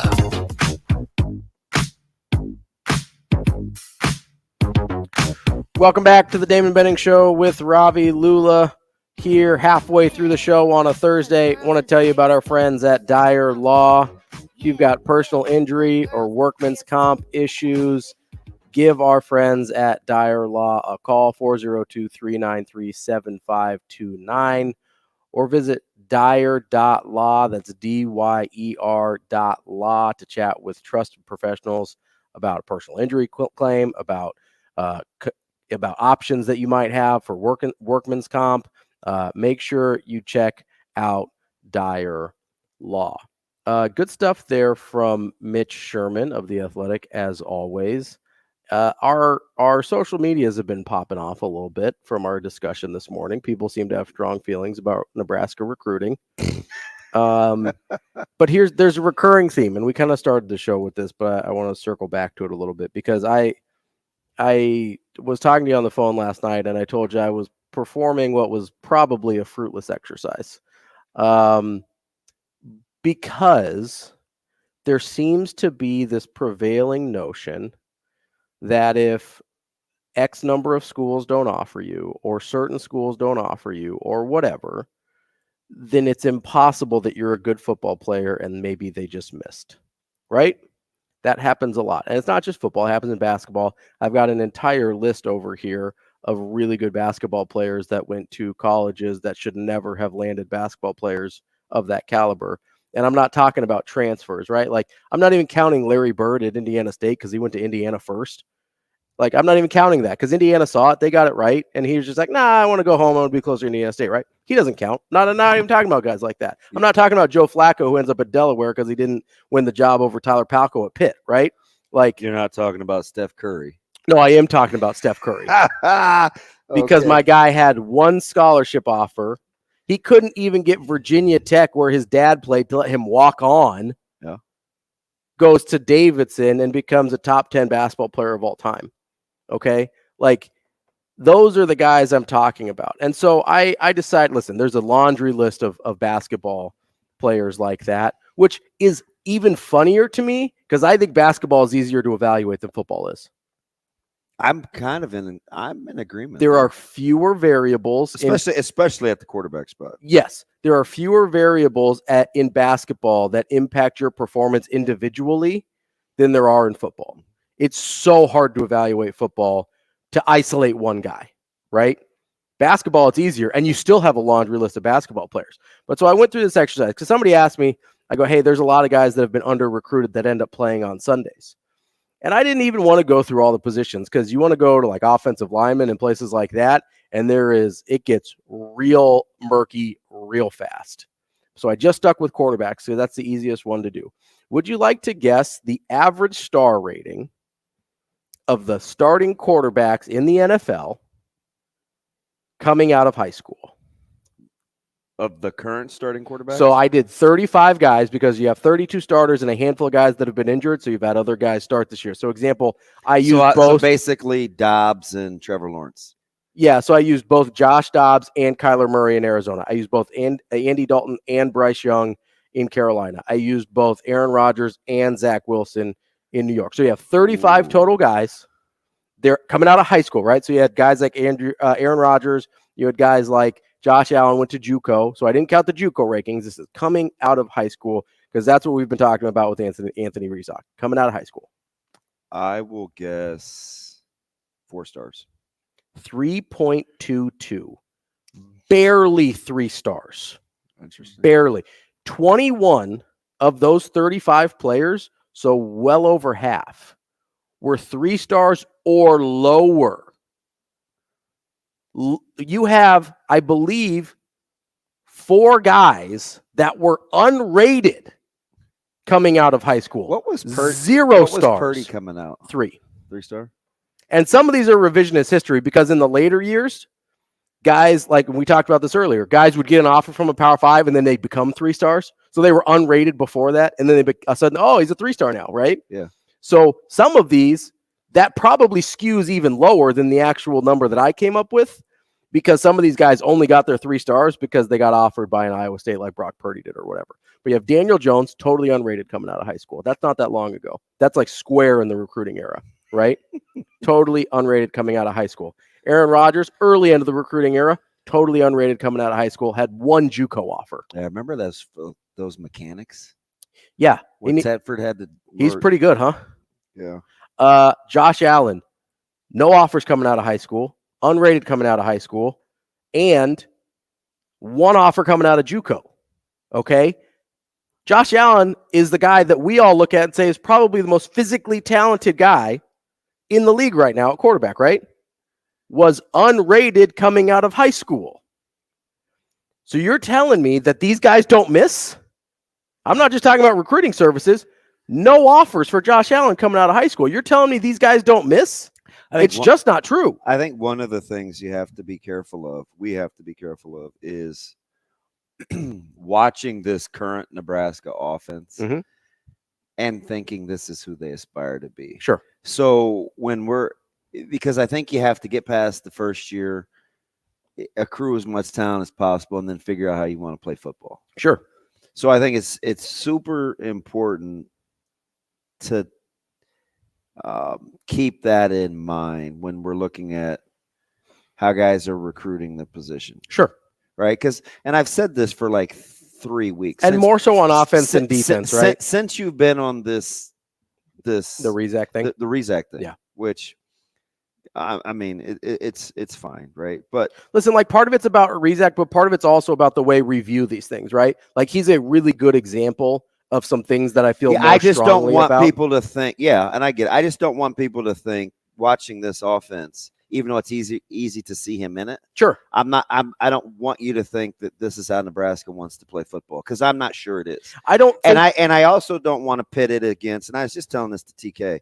I also don't want people to, I don't know, I don't want to speak for you, but for me, I'm not pitting one quarterback in this class against the other. That's why I use Ronner, Circo, whomever else, right? I haven't brought up Flores because at the quarterback spot, you have to wait and see. And it's like, well, you can't malign Kalen just because you can't envision him in this offense. Right, yeah. Right? Because this may not be what I don't think this is how Nebraska wants to play football, right? I think this is what they're doing to win right now. In the meantime, to get by. So I just think that's an important distinction that I'm trying to reiterate. Now, I don't like if you're just comparing the two or the three or however many the handful are. I don't really know like where your heart lies with that, except for the fact that you think he's a really good player. I think Rezac's the best quarterback in the state. So like I just do. I just want to keep that thing current. And that's not to say that a guy like Daniel Kalen might not be a really good college quarterback. I don't know, right? If I was evaluating, and again, I've just told you how hard I think it is to evaluate football. How about? Okay, go ahead. I'll let you finish. I was just going to say, so I don't know who's going to be better in college, but if I had to pick, and this is nothing against Daniel Kalen, I prefer Rezac. Do you know what's interesting about this consternation about quarterbacks? What's that? I'm not even sure we can get tight ends right. No, it's quarterback is the hardest position to evaluate. Because just look at all the tight end. Because this is what really got stuck in my craw this morning was people poo-pooing the Ingerson thing. Ingerson. Yeah. And I'm like, I'm still not I just listened to two people after state track tell me that because how they saw Bramer versus Carter Nelson not being healthy, that Bramer must not be that guy. And I'm like, are you guys watching football? But Bramer's a Sunday guy. Listen to him. I'm hearing the same thing I said about Noah Fant. The same, like, there are so many good tight ends in this state. Yes, it's especially over the last uncanny 5-6 years. It's unreal. I'm not even sure you can't even use all of them. We don't even have a good handle on that. No. So and tight end is infinitely easier to evaluate than quarterback. I mean, imagine Chase Lofton. Like when you look at Chase Lofton or Burt at Prep or Ingerson or there's a host of them. It's like, how do you know what we're looking at? Carter Nelson, is this year. Yeah. Right. Like it's hard for me to look at like, let's say Ingerson and Carter Nelson and be like, yep, college inline tight end or flex guy, or how they're using Lindemeyer and Borkature and Fedoni. Like, I don't know. Like, are we even comfortable talking about quarterbacks? We can't even get tight ends right. Yeah, at an infinitely easier position to evaluate. You think? I mean, it is. Quarterback's the hardest position to evaluate, I think, by a mile. I still think it's O-line, but I would. O-line's fair. O-line's fair. I wouldn't die on that hill. I think they're both tough. Fair enough. Coming up next, we've got Brian Edwards, a Vegas insider, on Benning and Lulla. We will be back in 4 minutes.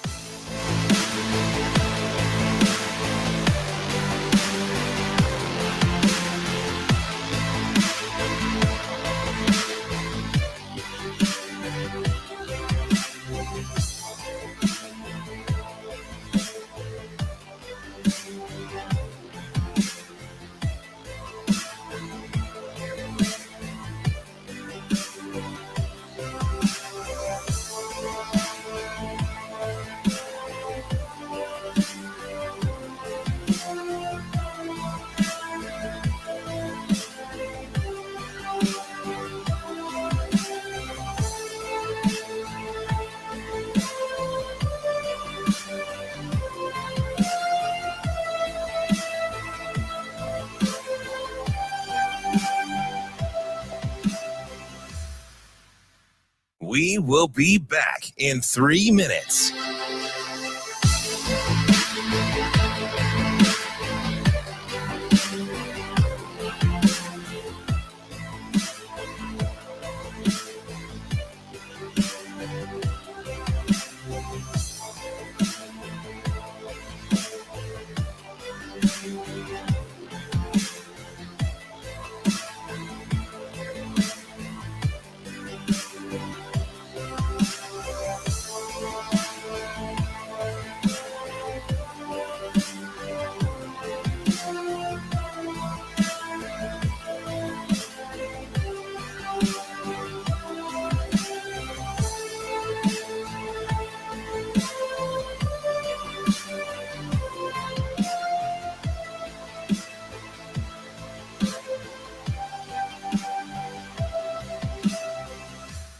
We will be back in 2 minutes.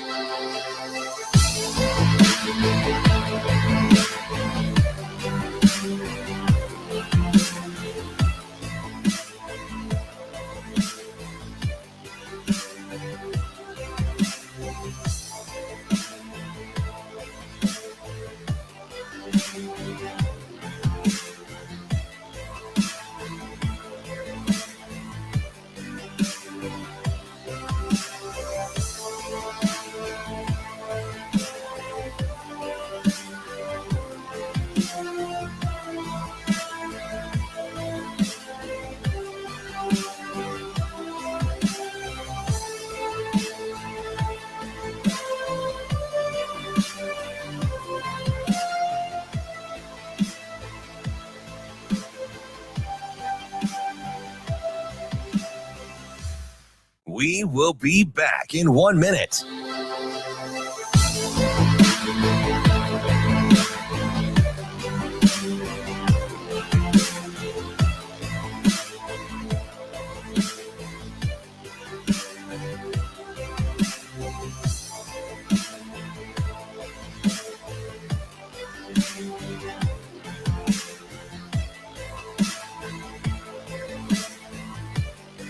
We will be back in 30 seconds.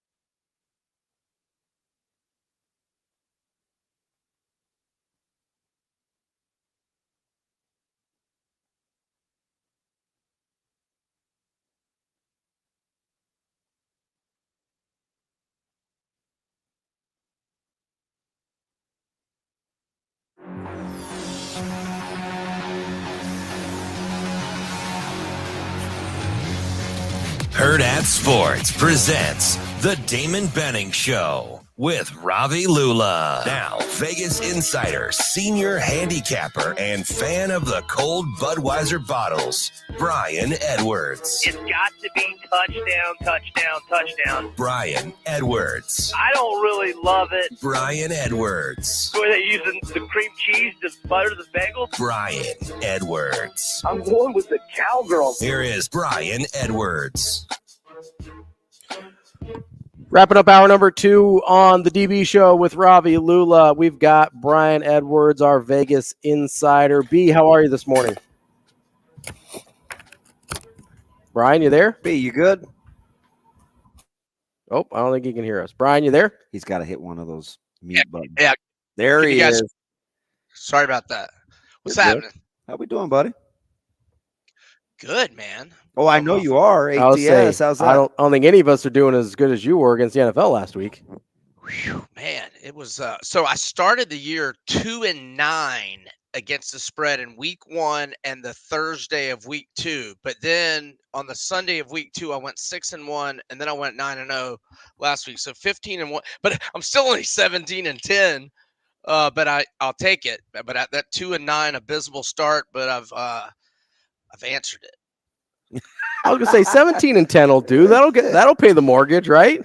Yeah, not great in college. 4-4-1 against the spread in college. I'm 21-20 and one push in college. But no, I'll take 17-10. No, I'm happy. Yeah, this one looked like a misprint, and I'm scared to death because it looks too easy. But let's ride the hot hand. Pittsburgh and Houston, trying to figure out how this is just a key number. Maybe it's because the Texans looked good last week against Jacksonville, but they always play well against Jacksonville. What say you with my Steelers? Yeah, Houston had won, or now has won 6 in a row at Jacksonville and 11 of the last 13. So there's just something about that venue. But yeah, Steelers, look, back-to-back wins. They haven't necessarily been pretty, but they're a team that relies on defense, and TJ Watt's playing as good as anybody in the NFL right now. And the Steelers, dating back to last year, their last 10 games are 8-2, both straight up and against the spread. And even more impressive, they've won 5 in a row, both straight up and against the spread on the road. And on the flip side, the Texans have lost 8 of their last 9 home games outright, and all 8 losses by at least 6 points. So I'm going to go with the Steelers. I'm not going to overthink it. I know, obviously, Hayward is out and Deontay Johnson still, but not really any new injuries. And, Stingley's out for Houston. They don't know if Tunsil's going to be able to play. A starting DB, Thomas, is questionable. So let's go Steelers. Obviously that Miami team coming off of a huge win, but they've taken a step up in competition this week at Buffalo. Are there any plays with Miami and the way their offense is humming that you want to take advantage of? Yep. So I had 3 plays on Miami last week. I had them laying the points to Denver. Then I had their team totals over in the first half of the game, and they went over their team total for the game before halftime by more than a touchdown. They had 35. So now, look, it's a tough game at Buffalo, so I'm going to lay away. I'm going to stay away from the side, but I'm going to go right back to those team totals over. So I got a 12.5 in the first half, but I would like it all the way to 13.5, and I have not look to see if it's moved. I might even still like it at 14 in the first half to go over. They're number 1 in the NFL in every offensive category, obviously. I mean, it's the first time anybody scored 70 since 66. And they played they played twice at Buffalo last year. They scored 29 in the regular season.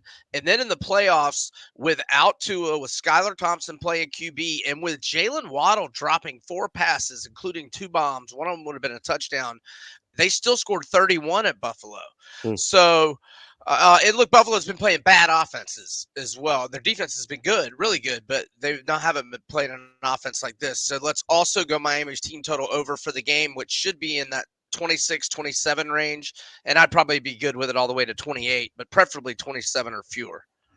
I can't believe this is Monday night, but it is Seattle and New York with Geno and Danny Dimes.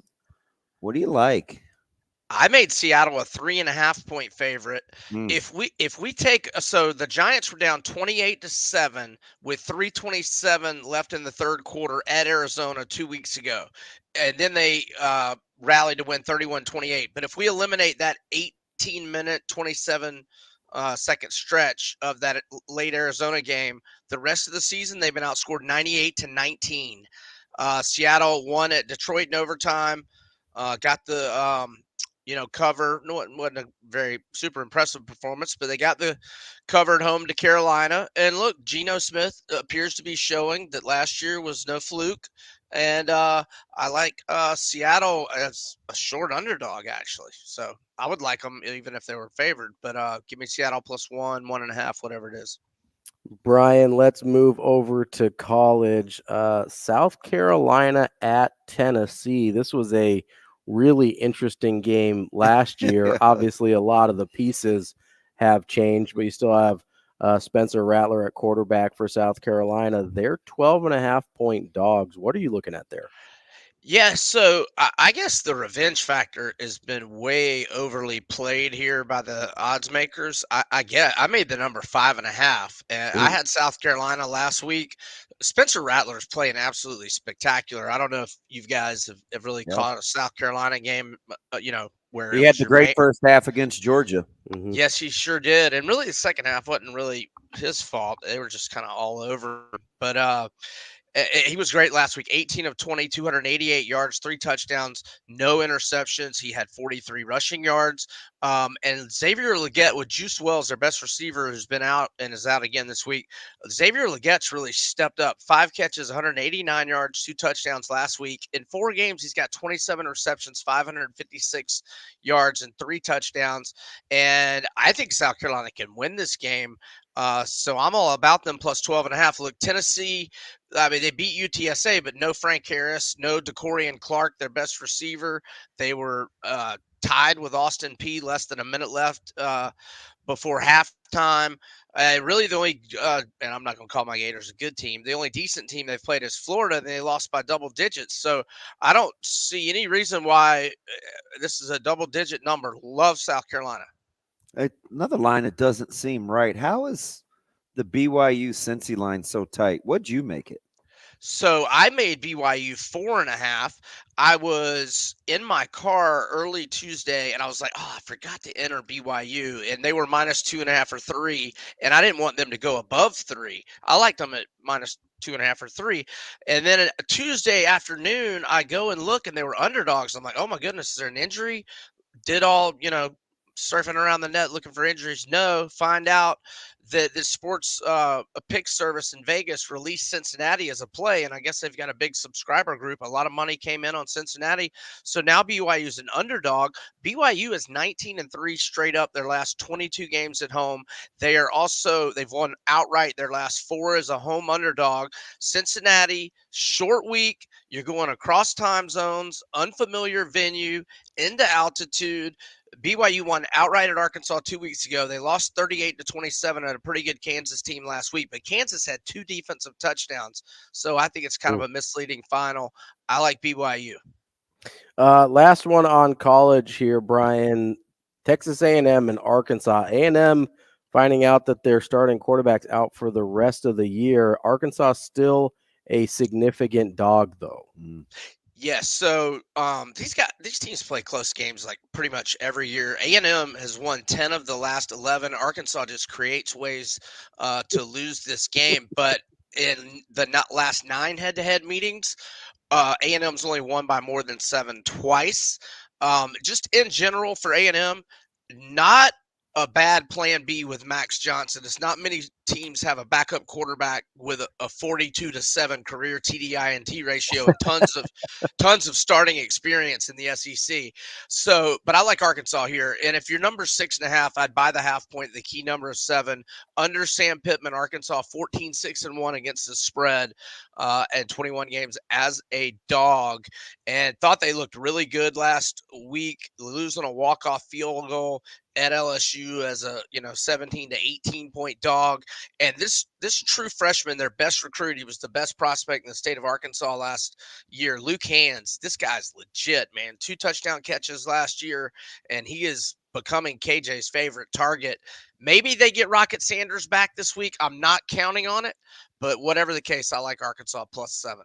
Hey, B, just curious. I know it's not on the slate. What did you make Green Bay and Detroit? I made Green Bay minus 1.5. Oh, so right. You're right on the line. Yeah, and right now, I haven't done anything on it. I think it's a toss-up game. I mean, what do you guys think? What I'm trying to on my I don't know. It seems like Detroit is the better team, but I get that Green Bay's at home. Right. But it seems like Detroit's the better team. I see that Detroit's now minus 2. Yeah, I just think it's a coin flip game. I made it 1.5, so it's a 3.5 point difference, but the 3.5 points only matters if either team wins by 1. So I don't really look at it as like, a 3.5 point gap, if that makes sense. Yeah. Brian Edwards, Vegas Insider, Major Wager, BrianEdwardsSports.com. We appreciate your time as always. We'll talk to you next week.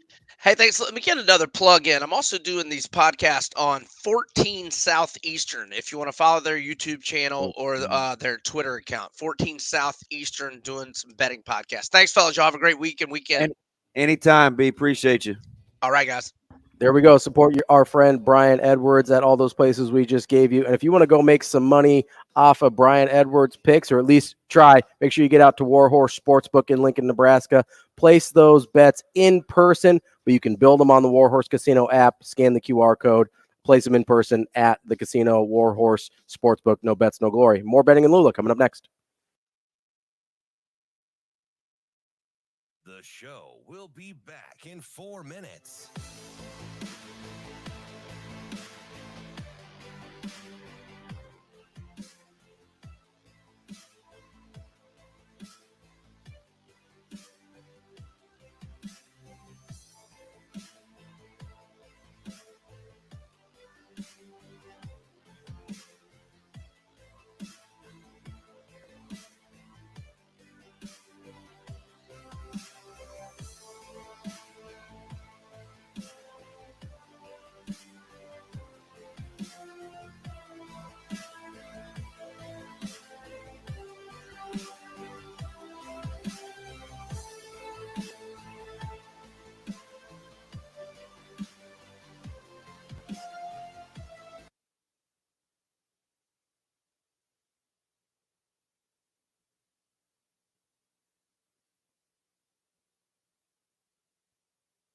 The screen. Ruffin turns the corner. Down inside. Up. Wild. No good. Miller challenged. Miller with the ball. Lead back. The screen. Ruffin turns the corner. Down inside. Up. Wild. No good. Miller challenged. Miller with the ball. Lead pass. Dostler. Dostler. Up. Bahe. Far wing. 3. It'd be a dagger. It's good. It's good. Clock winds down. And the Blue Jays up 7. 41-34. Great defense on that play. Chad Miller, the challenge, the rebound. Dostler finds Bahe, who hits the shot. Nick Bahe's back. He's got 6. The Jays up 7, 41-34. That is an 18-point swing, Jimmy.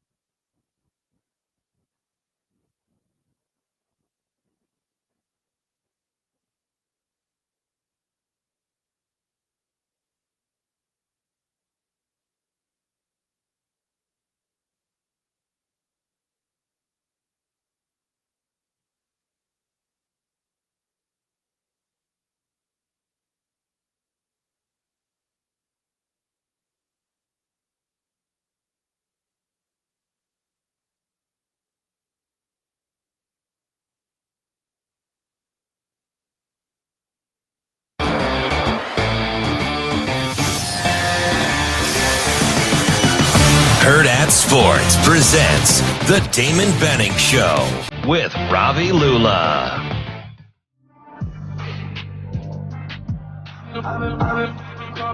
Kicking off hour number 3 here on Thursday on the DB Show with Ravi Lulla.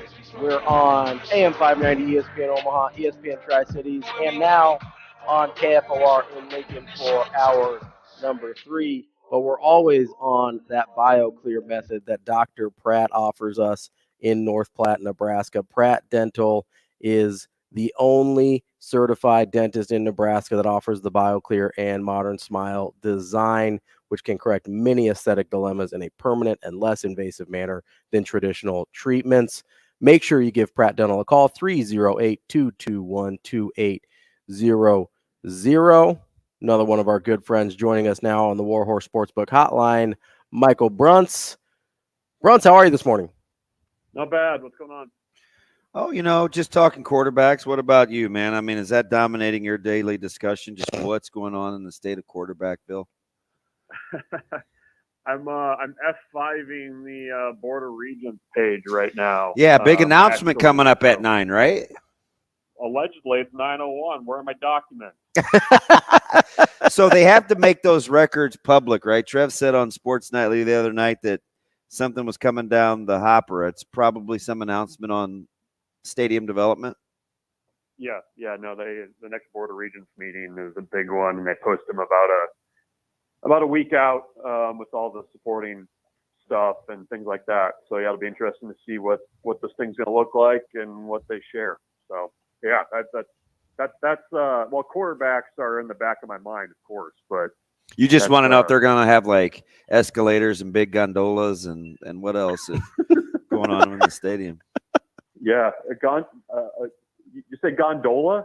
Is it a gondola? Gondola. Yeah. Okay. Like cheese, or is that Gargonzola? That's Gargonzola. Gondola's the little boats. Oh, yeah. You think they can flood it like the Colosseum back in the day in Rome and like have little gondola battles in there? Yes, that way Tupac can get around much easier and he can leave Italy since it's a lot of water. Yeah. So a lot of nonsense going on for our folks in KFOR and Lincoln. They're like, what'd we just turn to? Bruntz, is there outside of gondolas and being able to do water battles in the stadium, is there an improvement that you would like to see that is maybe a little bit more feasible than turning it into the Coliseum? Well, there's probably a middle ground in there somewhere. I think I don't know. I mean, you guys talk to as many people as I do that go to games. I mean, what are common complaints? Getting in and out. Yeah, I think there may be some sort of connectivity. Yeah, make it easier to get around the stadium. Yeah. Yeah, I think some kind of connecting concourse would be a good idea. I mean, I'm curious, like with South Stadium. I mean, do you even bother trying to kind of put some wallpaper up and spackle and things like that, or do you just kind of doing like a flip that house thing, like a Property Brothers deal? What's happening? He just dropped spackle. Yeah, get a little spackle in there. I don't know. I mean, I think that's probably one that I'm eager to see what they do with South Stadium more than anything. But yeah, beyond that, I mean, I think there's a lot that they have to do to kind of. I think they've done a good job of kind of keeping Memorial Stadium like Memorial Stadium as they've kind of built around it. But and then the other piece of it is what do they envision capacity being? Because that number is probably going to come down, and I don't know that that's necessarily a bad thing either if you're putting seats in some places and things like that. So I'll be eager to see what they say, because I think I don't know, the low 90s number that they're at right now seems maybe a little bit big with the way that college sports and attendance and things like that is trending. Bruntz, I mean, if they can connect the upstairs at Millard North, they can connect Memorial Stadium, right? Like we can figure this out. Well, they got lights at the press box at Buell Stadium now, right? Oh, they do like a whole light show. It's a thing. It's wild. Wow. But yeah, now you don't have to go downstairs or go back upstairs at Millard North now. It's gorgeous. We love it. Literally baby steps. Yeah, no, it looks a lot like a warehouse or a prison now, and actually like a school, which is nice. That's progress. Shout out to my guy, Principal Behringer over there. We love him. I'm telling. Making a note right now. What note are you making I'm right telling now? I'm telling. He just gave you gear, and you're like. I said the same thing to him because he gave me a little tour too. He goes, "Hey, it's it's really nice up here now." And I was like, "Yeah, it looks a lot less like a warehouse." Yes, Bruntz, you heard Ravi correctly. He's taking tours of his old high school. I know you were just there when you graduated. I don't think I've been back since I graduated. Were you wearing the old Letterman's jacket, sitting on the hood of the GTO out the parking lot? No, I did have a Pontiac Bonneville, not a GTO, back in high school. Okay. Oh, you were rolling the Bon? Oh yeah, I had a 1991 Pontiac Bonneville. Love that thing. No, listen, sorry, I just like to support our local public schools, Bruntz. I don't know if that's obviously not important to you.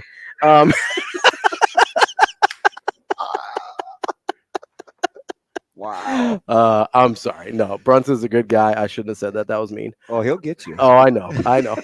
No, I know. I've known him since I was like 12. I know.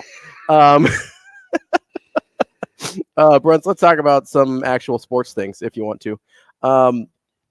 We were talking with Mitch Sherman earlier about kind of the evaluation process at quarterback and how important some of the different factors were. And to me, obviously there has to be a base level of competency and execution, but I think the big difference for me so far has been how comfortable I think Haarberg looks. How much of that do you think is about Haarberg, and how much of that do you think is about the situations that the two quarterbacks were put in respectively? Yeah, no, I think it's a different situation if Heinrich Haarberg starting on the road against Colorado versus at home against Louisiana Tech. So I think that piece of it helps. I think they've done a decent job of game planning to Heinrich Haarberg. I think they've found things that he can execute. I think they also, I think they've kind of built a little bit more on the options, the traditional option stuff, and have kind of found something there too. So, yeah, it's tough to kind of do an apples to apples comparison between the two. I know, obviously, Jeff Sims's issues with turnovers are well documented. Wait, they are? I've never heard about that. First time hearing about this. Yeah. I just think, Haarberg, has benefited in some ways, I think, from being able to make those starts at home. I think the defense has also bought him some time as well. I mean, I think, I can't remember who it was, maybe Marcus Satterfield said it this week, but, you don't kind of sweat an empty drive as much because the defense is going to be there to kind of pick you up. And, I think he's just done a good job of, for the most part, just kind of managing the game. And like I said, I mean, I think they've game planned okay around him. I think they've made adjustments going into the second half that have helped too. I think that's maybe something that has been overlooked a bit on the offensive side of the ball and all the hand wringing there. But I mean, I think he looks comfortable. We'll see, if that changes this week. I mean, you're facing a completely different front seven. You've got twitchier athletes, and it's Michigan has guys that are very capable of winning one-on-one, and they're not going to have to scheme up a ton to get in your face. So we'll kind of see how he handles that, because the quality of competition is certainly going to go up this week. I know Dave Ramsey wrote the Total Money Makeover. Do you think he and Marcus Satterfield could co-collab the Total Offensive Makeover? And I say that like it's kind of crazy, Bruntz, what they've been able to do, but is for you, even getting to this point, I think is kind of impressive. Is there still evolution left to be had in this offense, or is it still more about fine-tuning this makeover? Yeah, I mean, it's fine-tuning. I think I wonder, and we didn't ask him this on Tuesday, but I mean, there's kind of an art, I think, to how you call the option game. And when Marcus Satterfield says, he really didn't have much experience with it until this summer, and he sat down with Ron Brown and started going through it. To me, that says a coordinator is kind of learning as he's going along. And I think, as you kind of pick your spots with it, know when to call things, you can kind of evolve it a little bit. So I think there's some learning there still to do. I think, they probably need to find something a little bit more in the passing game. Obviously, love a deep shot. Would think that would be a great idea. If they could complete it, they've tried. Yeah, they've tried.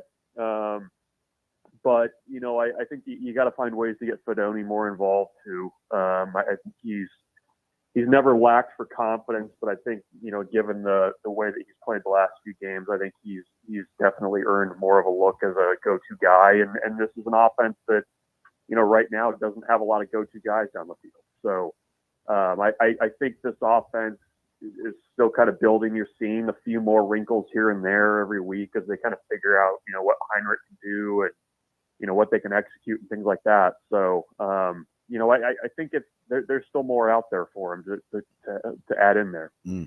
Bruntz, as we've seen Harburg for 2 full games and a little bit against Colorado there, are there past plays or concepts that you've seen that you think he's comfortable in, or that maybe even you're comfortable with him throwing consistently? Do you think there's a bread and butter there yet for Harburg, or are they still searching for that?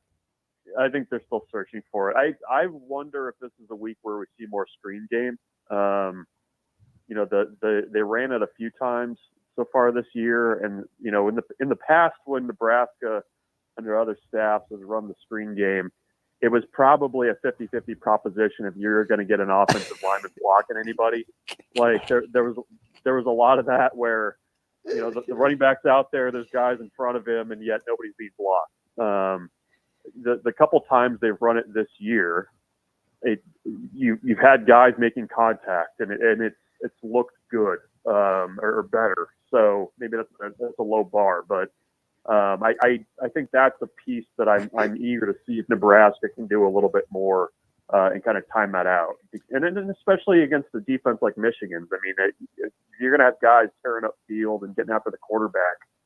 You kind of need to maybe give them a little something to think about before they get too far upfield. So I think that's something that I think they could maybe do a little bit more of. We'll see if that's in the playbook.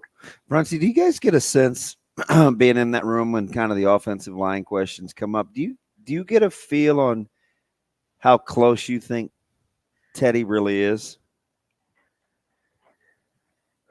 Yeah, I don't have a great feel on that. He gets asked about every week. Like literally. Yeah.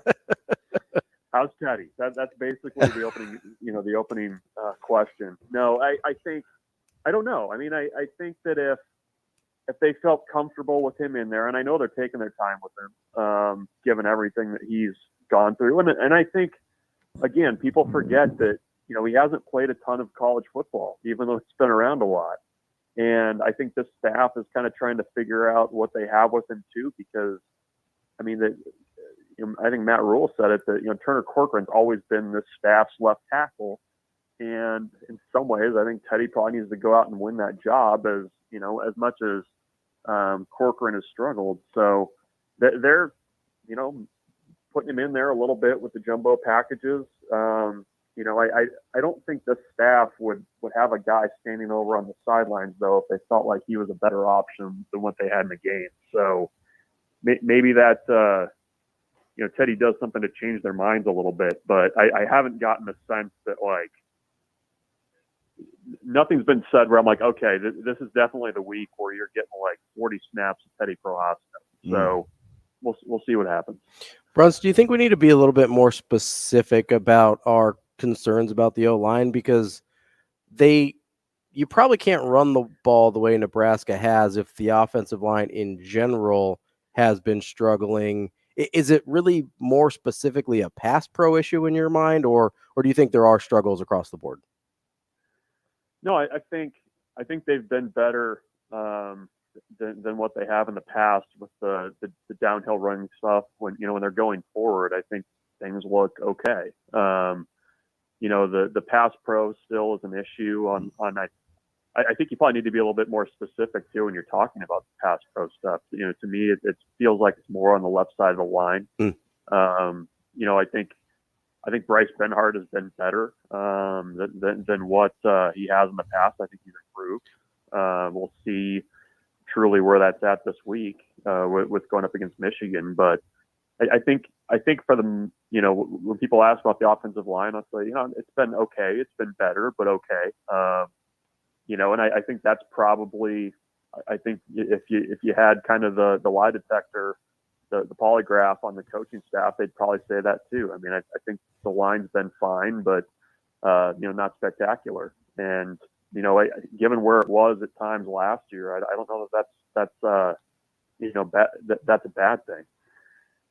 Bruntz, generally speaking, there's obviously some big recruits coming in this weekend. I know my man Christian Jones will be in town, and Chase Lofton, some in-state guys.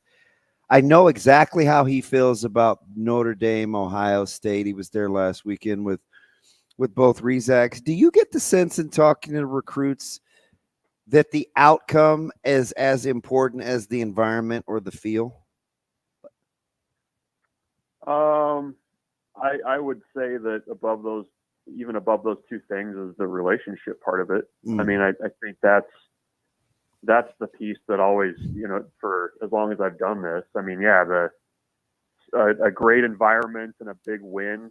Yeah, I think that kind of adds to the high of things, the visit high a little bit. But, I mean, you guys that are going to be in this weekend have been to Nebraska. Christian Jones has been to Nebraska how many times? I don't know, 4 or 5.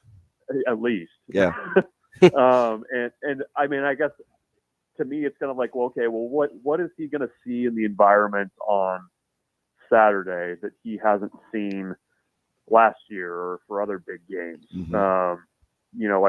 The win helps. But I think for a lot of these guys, it's relationship. It's, for a building program like Nebraska, it's, can you see where this is headed? And is this trending in the right direction? And how does that particular prospect fit into the direction that they're going? So it all kind of fits together in my mind. Maybe I'm off base, but you catch up with guys after games like that. It's kind of a lot of the same quotes, and they love the environment and everything else. And Nebraska's a good environment, but when it comes down to decision time for a lot of those guys, whether they are able to articulate it or not, I think it's kind of that relationship and just kind of having that feeling, I guess, once they're there. Bruntz, we've been talking a lot about the offense and how much it's changed versus what we think they wanted to do originally, just based on injuries and who's available and whatever the case is. But I guess in your mind, do you worry at all that they're sacrificing future development in order to get to whatever 6 wins this year? Or do you think they've got enough time, whether it's they make a bowl, they can use the bowl practices, or they can use the offseason to kind of reshape the offense when they've got a longer runway? I guess, how much do you think about that? If they're sacrificing the future based on what they have now? Yeah, just the future development. Like, let's say Harburg is going to start for a couple years, or even Jeff Sims next year. They're obviously not getting reps in a way that, would dramatically help them as far as developing as passers or against live action. Got it. I don't know. It's a tough question because,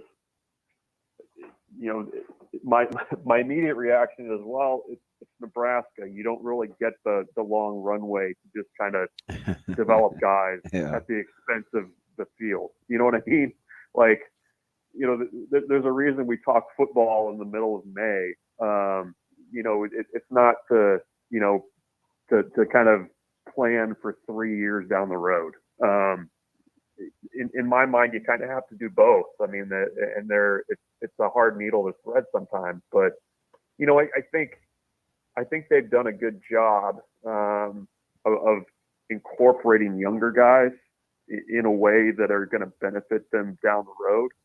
And I not just speaking specifically about the offense, but I do kind of wonder if there's guys on this roster right now that they're still kind of going through the evaluation process with and trying to figure out if guys fit where they thought they were going to fit. I mean, Evan Cooper is talking about Jeremiah Charles on the radio this week about, maybe he's on defense, maybe he's on offense. I mean, I think there's a handful of guys in that recruiting class that they're still kind of trying to figure out what that picture looks like for next year and down the road, and if they can help them sooner. So, it's tough because, I don't think this is the offense that, Marcus Satterfield would probably want to be running, but here you are. And, you got to win games. You got to get those bowl practices.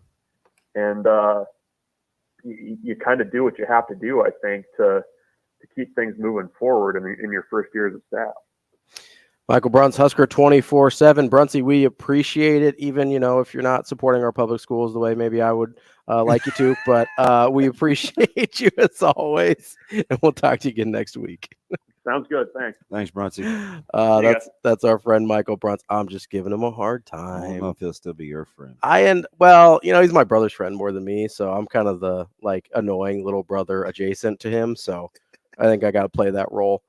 Even at 36 years old. But no, listen, I go up to, you spend a lot of time in high schools. It's different.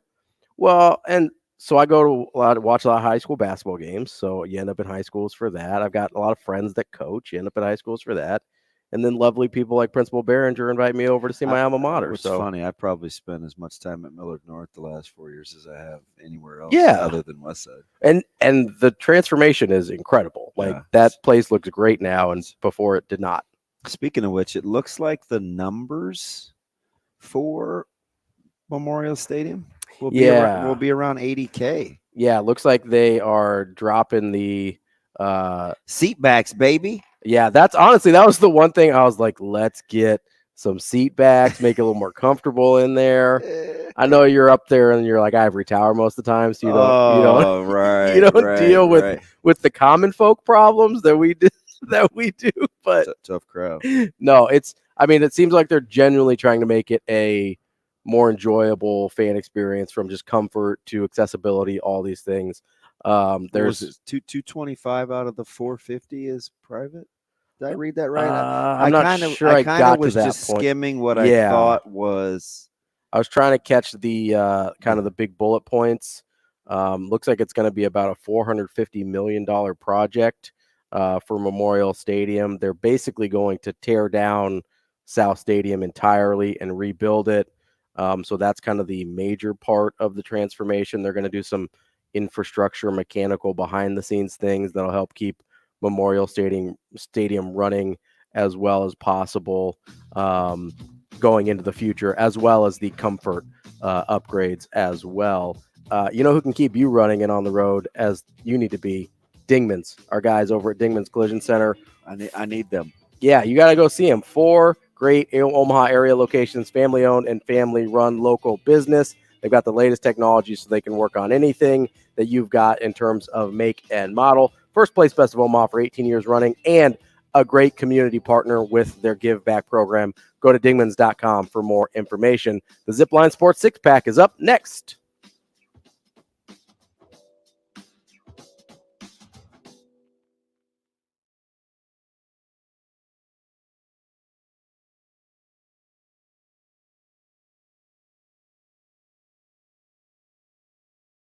The show will be back in 5 minutes.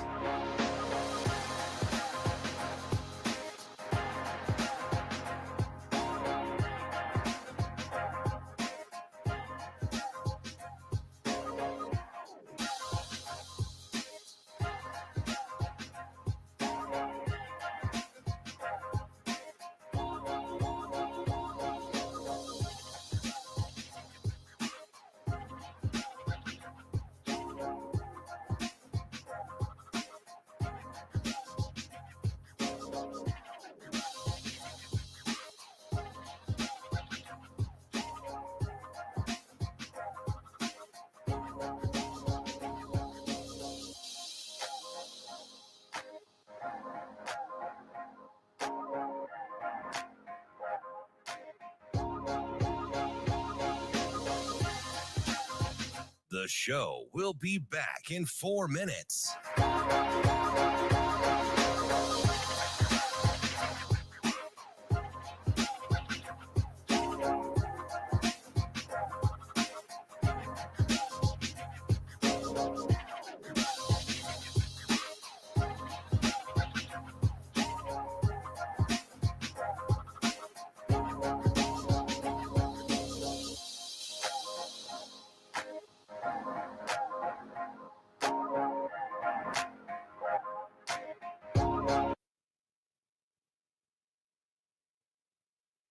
The screen, Ruffin turns the corner, down inside, up, wild, no good. Miller challenged, Miller with the ball, lead pass Dostler, up Bahe, far away.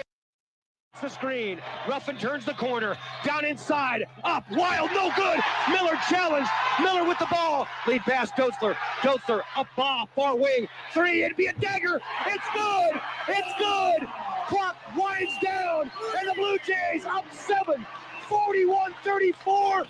Great defense on that play. Chad Miller, the challenge, the rebound. Dostler finds Bahe, who hits the shot. Nick Bahe is back. He's got 6. The Jays up 7, 41-34. That is an 18-point swing, Jimmy.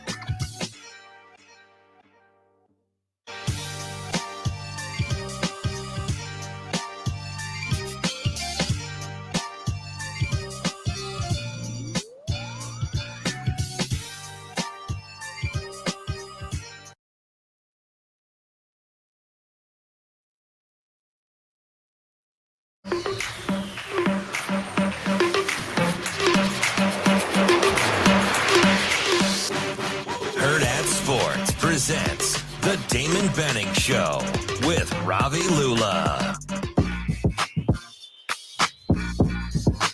Welcome back to the Damon Benning Show with Ravi Lulla here on Hurrdat Sports Radio, AM 590, ESPN Omaha, ESPN Tri-Cities, and KFOR in Lincoln for our third hour. Let's get to our friend Joe on the Warhorse Sportsbook hotline. Joe, what's going on, man? Hello, gentlemen. I just wanted to quick ask if you were talking with Bruntz about the importance of bowl practices and things like that, and I was curious to know if Nebraska does not get to the 6 wins needed to be bowl eligible, but there aren't enough teams to be bowl eligible at 5 and 7. do you think that this would be a year that they would seriously consider taking a bowl invite, whereas in years past they declined it being 5-7, just based on the first year staff and the importance of getting said bowl practices? So I just wanted to get your thoughts on that. Thanks, Joe. Appreciate the call, Joe. Yeah, I absolutely. Yeah, 100%. Think they would. Yeah, I think Coach Rhule wants to spend as much time as possible with this team, both on and off the field. Yeah, and he gives you the impression that those practices would mean a fair amount to him. Yes, right. Yeah. Like he would be fairly constructive with them, because that's all he ever really wants to do anyway. Yeah, is be with the guys practice. Yeah, and help them help teach them and help mentor them and just be with them. I think they 100%. And I just think there's a huge value there as well, especially at this point in the process in terms of where he's at in the tenure. We've seen it a little bit with, and we'll talk to Nick Bahe in the next segment. And, I might have to bring up a little bit of Creighton basketball, but with the Bahamas trip that they had in August, they're already so far ahead of where they were last year, just from talking to Mike Sauter and Jacob Padilla, our guys that were at practice when it kicked off this week. That's a team that is already way deeper into their install than they would have been otherwise. It's kind of the same thing on the back end for Nebraska. It's like an early spring period. 1,000%. Let's get to our Zipline Sports 6-pack.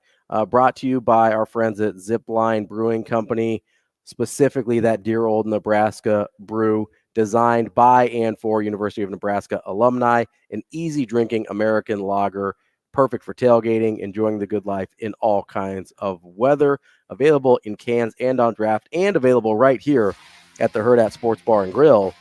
Come in, watch the game, enjoy a good old dear old Nebraska brew. That's what Shane's going to do right now. Why don't you crack one open, Shane? Question number 1. About time. I've been waiting like 3 hours to drink there. All right, question number 1 from Candy on Twitter. Nash is getting a lot of praise for his play. How much of it is Nash's effort, and how much of it is other guys taking up blocks that allow Nash to make plays? Well, that's actually a good question. Yeah, that's a real question from our friend Candy on Twitter. She singled out Ty Robinson, but I thought it applied to the whole defensive line, because that's something that's hard to tell sometimes, right? Is which guys are doing their jobs of taking up blockers, and because some guys have different assignments, right? Yeah, it's not. I think the beautiful thing with this odd front is it's really hard to ISO sometimes, and so it's predicated on the art of illusion, who's coming, who's not. But in the very same vein, Nash is one of those guys that is arguably one of the most improved. He's really his lateral quickness. I'll say his movement's night and day different. And he's always been kind of explosive, like head on. But his ability to play at angles is dramatically different, man. He is I think it's a little bit of the scheme, but it's a lot of Nash. Yeah, and so you got to give credit to not just Nash, but also Corey Campbell in the strength and conditioning program, getting his body in a place where he could do Campbell's the man. Some of these things. Shane, what's next? Question number 2. Who would you target as the head coach if you were on the search committee for Michigan State?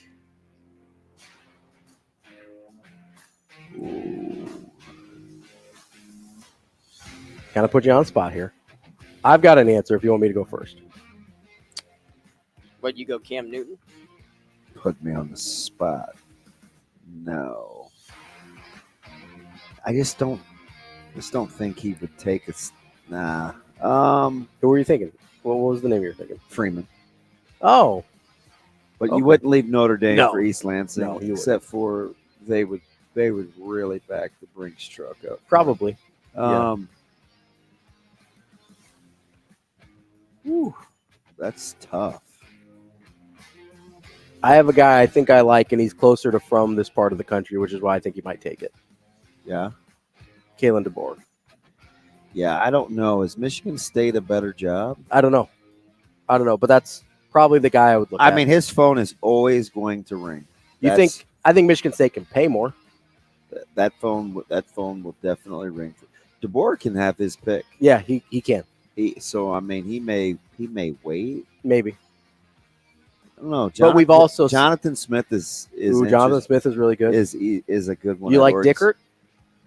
Not quite, but that's. Remember what McClintock told us about Dickert's profile out there in Pullman. Yeah, it's on par with some of the young great coaches in terms of their profile.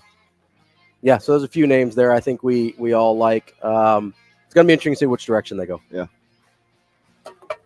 Question number 3. The Powerball is now projected to be $925 million on Saturday. If you won, what is the very first thing you buy? I almost said a helicopter, but I'm afraid. if I could get over the fear factor of I couldn't get over it. Especially after the Kobe thing, there's no way. I just want something that I could do with transportation. You need to hire a driver so you can work while you're in the car. But I don't even know if I would want to drive. I'd want to fly. You're feeling that helicopter game? So maybe a plane. All right, but most of your travel isn't far enough for a plane. Man, but it would be. If I had my own, you'd make it far enough. Oh, for sure. I'd have left right. Listen, I'd have left right after Bellevue West and been in Boulder. For sure. Fair enough. I don't know. I'd probably pay for my house, that's for sure, or buy a house. I would say I would buy a sick house. I like having my house be a place that I can I feel really comfortable at, and I like my house right now, but we're kind of looking for a new one, and that's something I realize is super important to me is just having a place because you're there. I mean, I'm there a lot. You're not at home as much as some people because you're all over the place all the time. But at the end of the day, you kind of want to come home to a place that you really, really like. So for me, it's a house. Maybe an island. You don't want to be around anybody. No. Everybody get away. Johnny Depp needs money so you could buy his island. Does he? Can we do the radio show from the island? Yeah, we could do that. I'm sure we could. Fudge, if we could talk to people on the moon, we could figure out how to do a show from an island. All right. Shane, what's next? Question 4. Creighton started practice this week. Do you think the team is better, worse, or about the same as last year's? I think they'll be better. I do too. I hate to say significantly because of the run they made, but I think they'll regular season. I think is significantly better. Yeah, I think they'll be better. March can be kind of a crapshoot a little bit, so that I don't really know. I do think it's a Final Four potential team for sure, but I thought last year's was too. And I mean, they were a possession away from that being reality. Regular season, I expect to be better. Yeah, offensively, they could get scary. They should get real be scary. Extremely dynamic. Because I think they'll be significantly more efficient. Well, and the floor spacing is going to be way better, right? And I'm expecting with the ball in Trey Alexander's hands more a leap. And I think remember, Max big time offensives have been at their best when he's got a scoring four that can stretch you.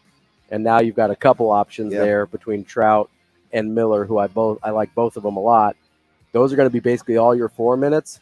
That's going to get interesting in a hurry. I'd like to see my man Jason Green. I think he's going to get some of the. I think he's going to get minutes. Too. Yeah, I'm a big Jay Green. He's going to be kind of one of that hustle play guy that they're going to need some of that grittiness from him. Shane, what's next? What number am I on? 5. All right. Question 5. If you could make one realistic improvement to Memorial Stadium, what would it be? I think some sort of connecting piece. So you could basically walk around the entire stadium without having to go up and down and around. Just like a connecting piece. So it sounds like they're already doing the seat backs. That was going to be my answer. Just make it a little more comfortable to sit there. Or maybe a way to centralize the different facets, like the museum part versus just a little connectivity. Sure. I like it. Yeah. We only got to 5 today. Shane's going to have to drink his 6th Dear Old Nebraska brew during the break. Shane, what's up with that? But coming up next, we're going to talk to our friend Nick Bahe, host of the Nick Bahe podcast and the Schick and Nick pod right here on Hurrdat Sports. He will be coming up next on the Benning and Lulla Show on AM 590, ESPN Tri-Cities, and KFOR.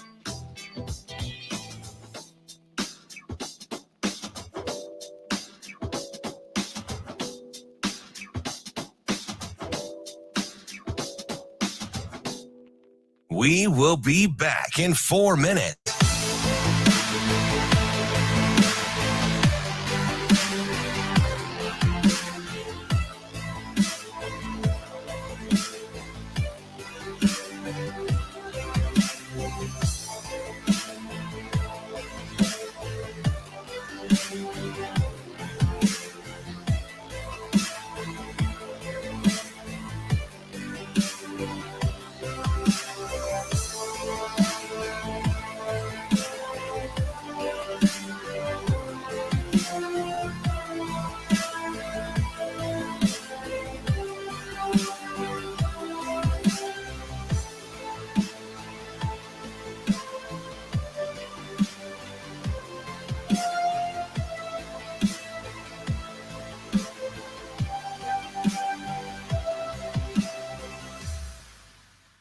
We will be back in 3 minutes.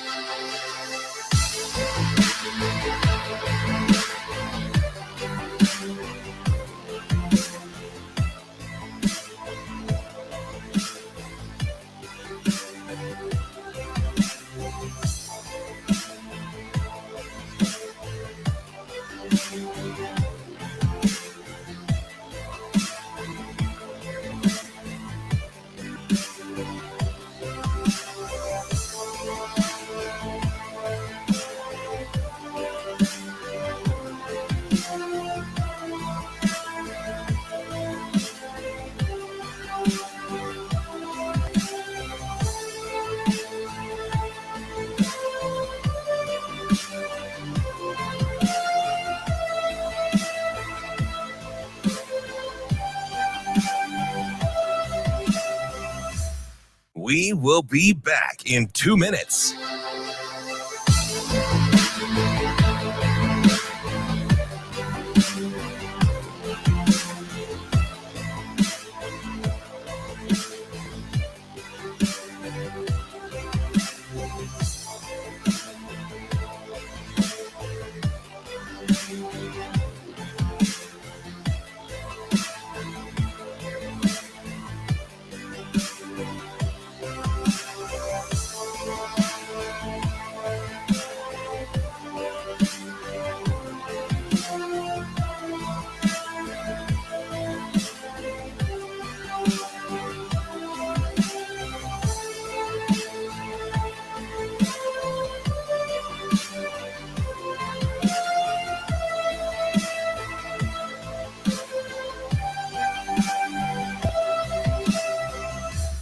We will be back in 1 minute.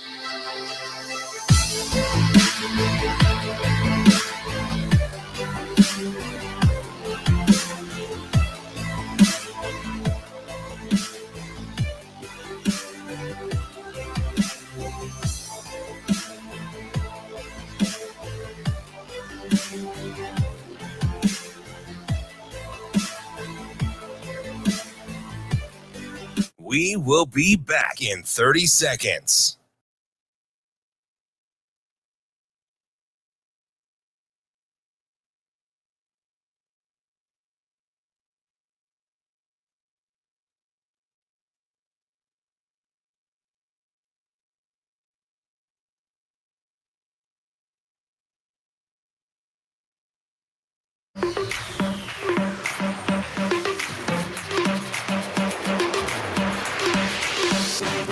Hurrdat Sports presents the Damon Benning Show with Ravi Lulla.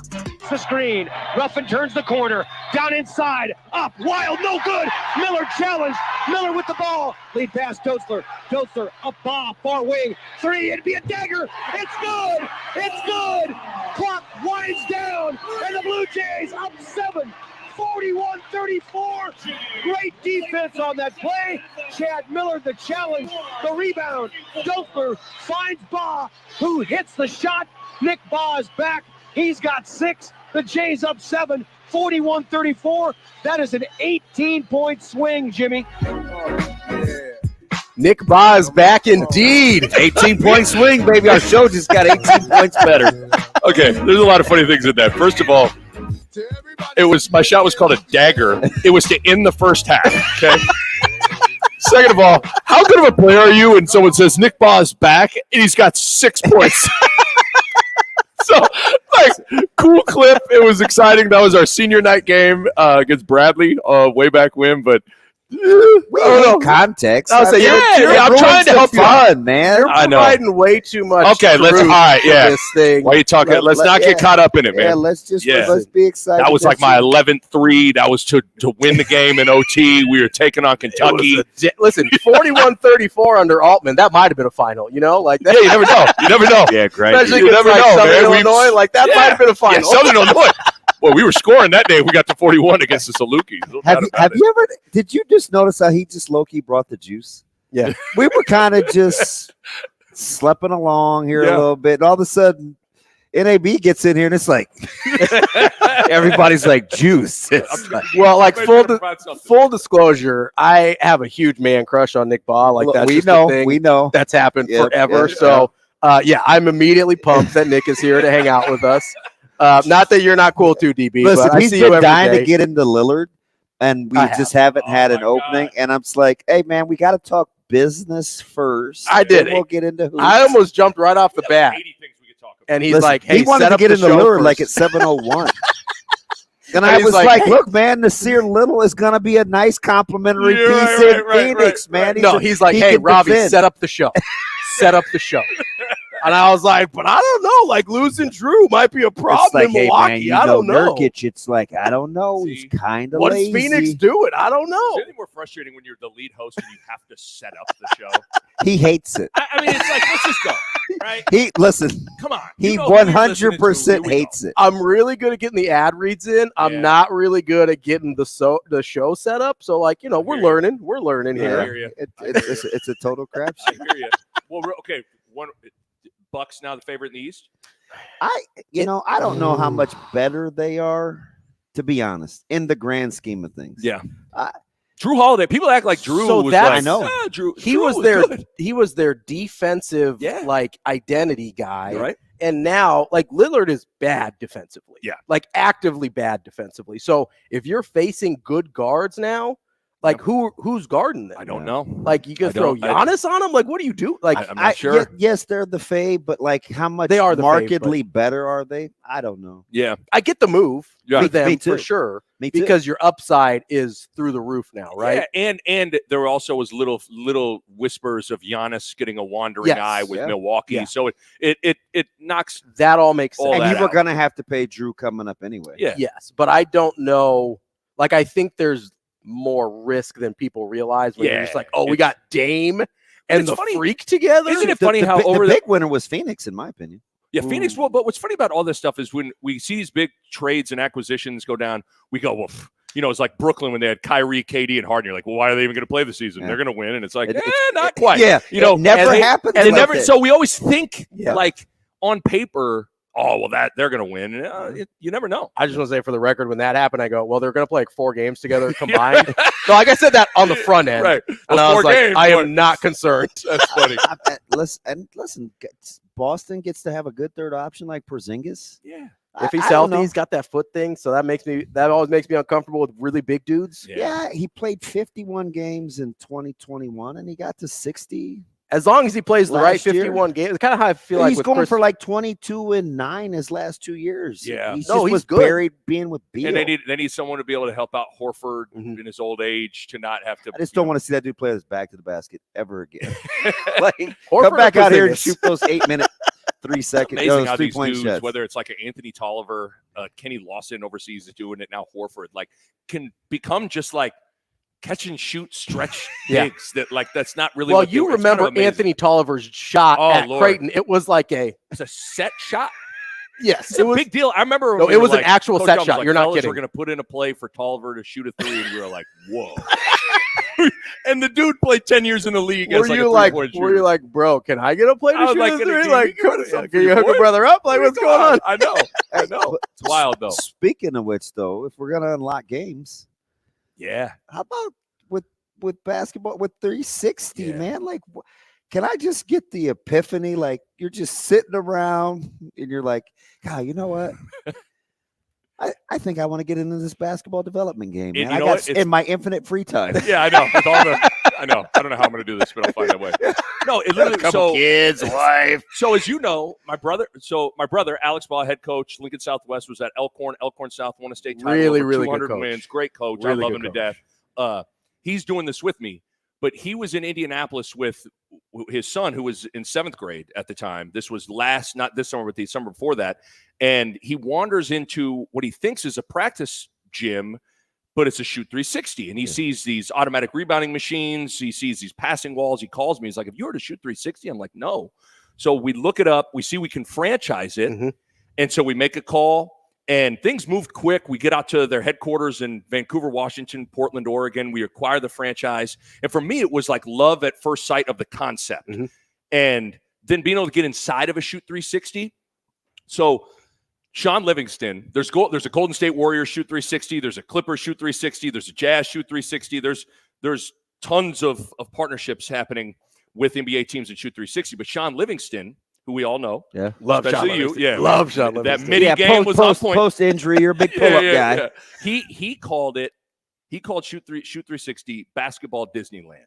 And I was like, that's a perfect description of it. Like, if you love basketball, when you walk into this thing and you see the shooting bays, think batting cages with basketball hoops and these skill courts with these giant touch screens where you're working on ball handling and passing, like, this place blew me away. We were able to acquire the franchise. Real estate was challenging, but we arrived at a great spot at 48th and Van Dorn and Lincoln, and we are opening in a couple weeks, October 14th. I can't believe when you said October 14th when you walked in here, was there a little fear factor? Were you like, because there's like this euphoria, and then it's like, it's a big this thing. is kind of cool, and then it's like, oh. Yeah, it's go time. We're here in 2 weeks. Yeah, it's one thing in theory to have a plan together. It's another thing when like that time comes. But we're very confident in it. And the beauty of it, DB, is that it's a national franchise. So we have people to lean on at the corporate level that have gone on this journey numerous times. There are 40 locations opened across the country. And so that has helped. Alex and I, we're basketball people. We're learning to become business, the business side of it, but we're basketball people. So we've leaned heavily on the Shoot 360 corporate side of things that have utilized this franchise model that helps a ton. It's like having a former head coach on your staff as a young head coach. Like, hey, man, why did you handle this? And they're like, this, and this. And so it has been really, really helpful to have it be a national franchise. So now we feel confident having them to lean on. So with the concept, right? Obviously, you got all the technology and stuff. And when you say NBA technology, it's literally NBA technology, right? But is it more of, you use the batting cage analogy. Is it more like, hey, you go in, you get your reps in, or is there like hands-on coaching with it as well? Like, how does that part of it work? Great question. It's a combination of the two. Okay. So we have 7 part-time floor coaches and 3 full-time employees. Our part-time floor coaches forget about it, man. They're awesome. Carter Templemeyer at East, Baller, Evan Werner, Elkhorn South. How'd you get those guys? Man, it's those Alex are guys Bob, that I know. Oh, but that's true. Alex is well connected. Yeah, knows those people, knows yeah. other coaches. And Addison Markowski, Alexis Markowski's little sister, is going to be a floor coach. Nice. Highest all-time three-point leader. Caitlin Emanuel, North Bend.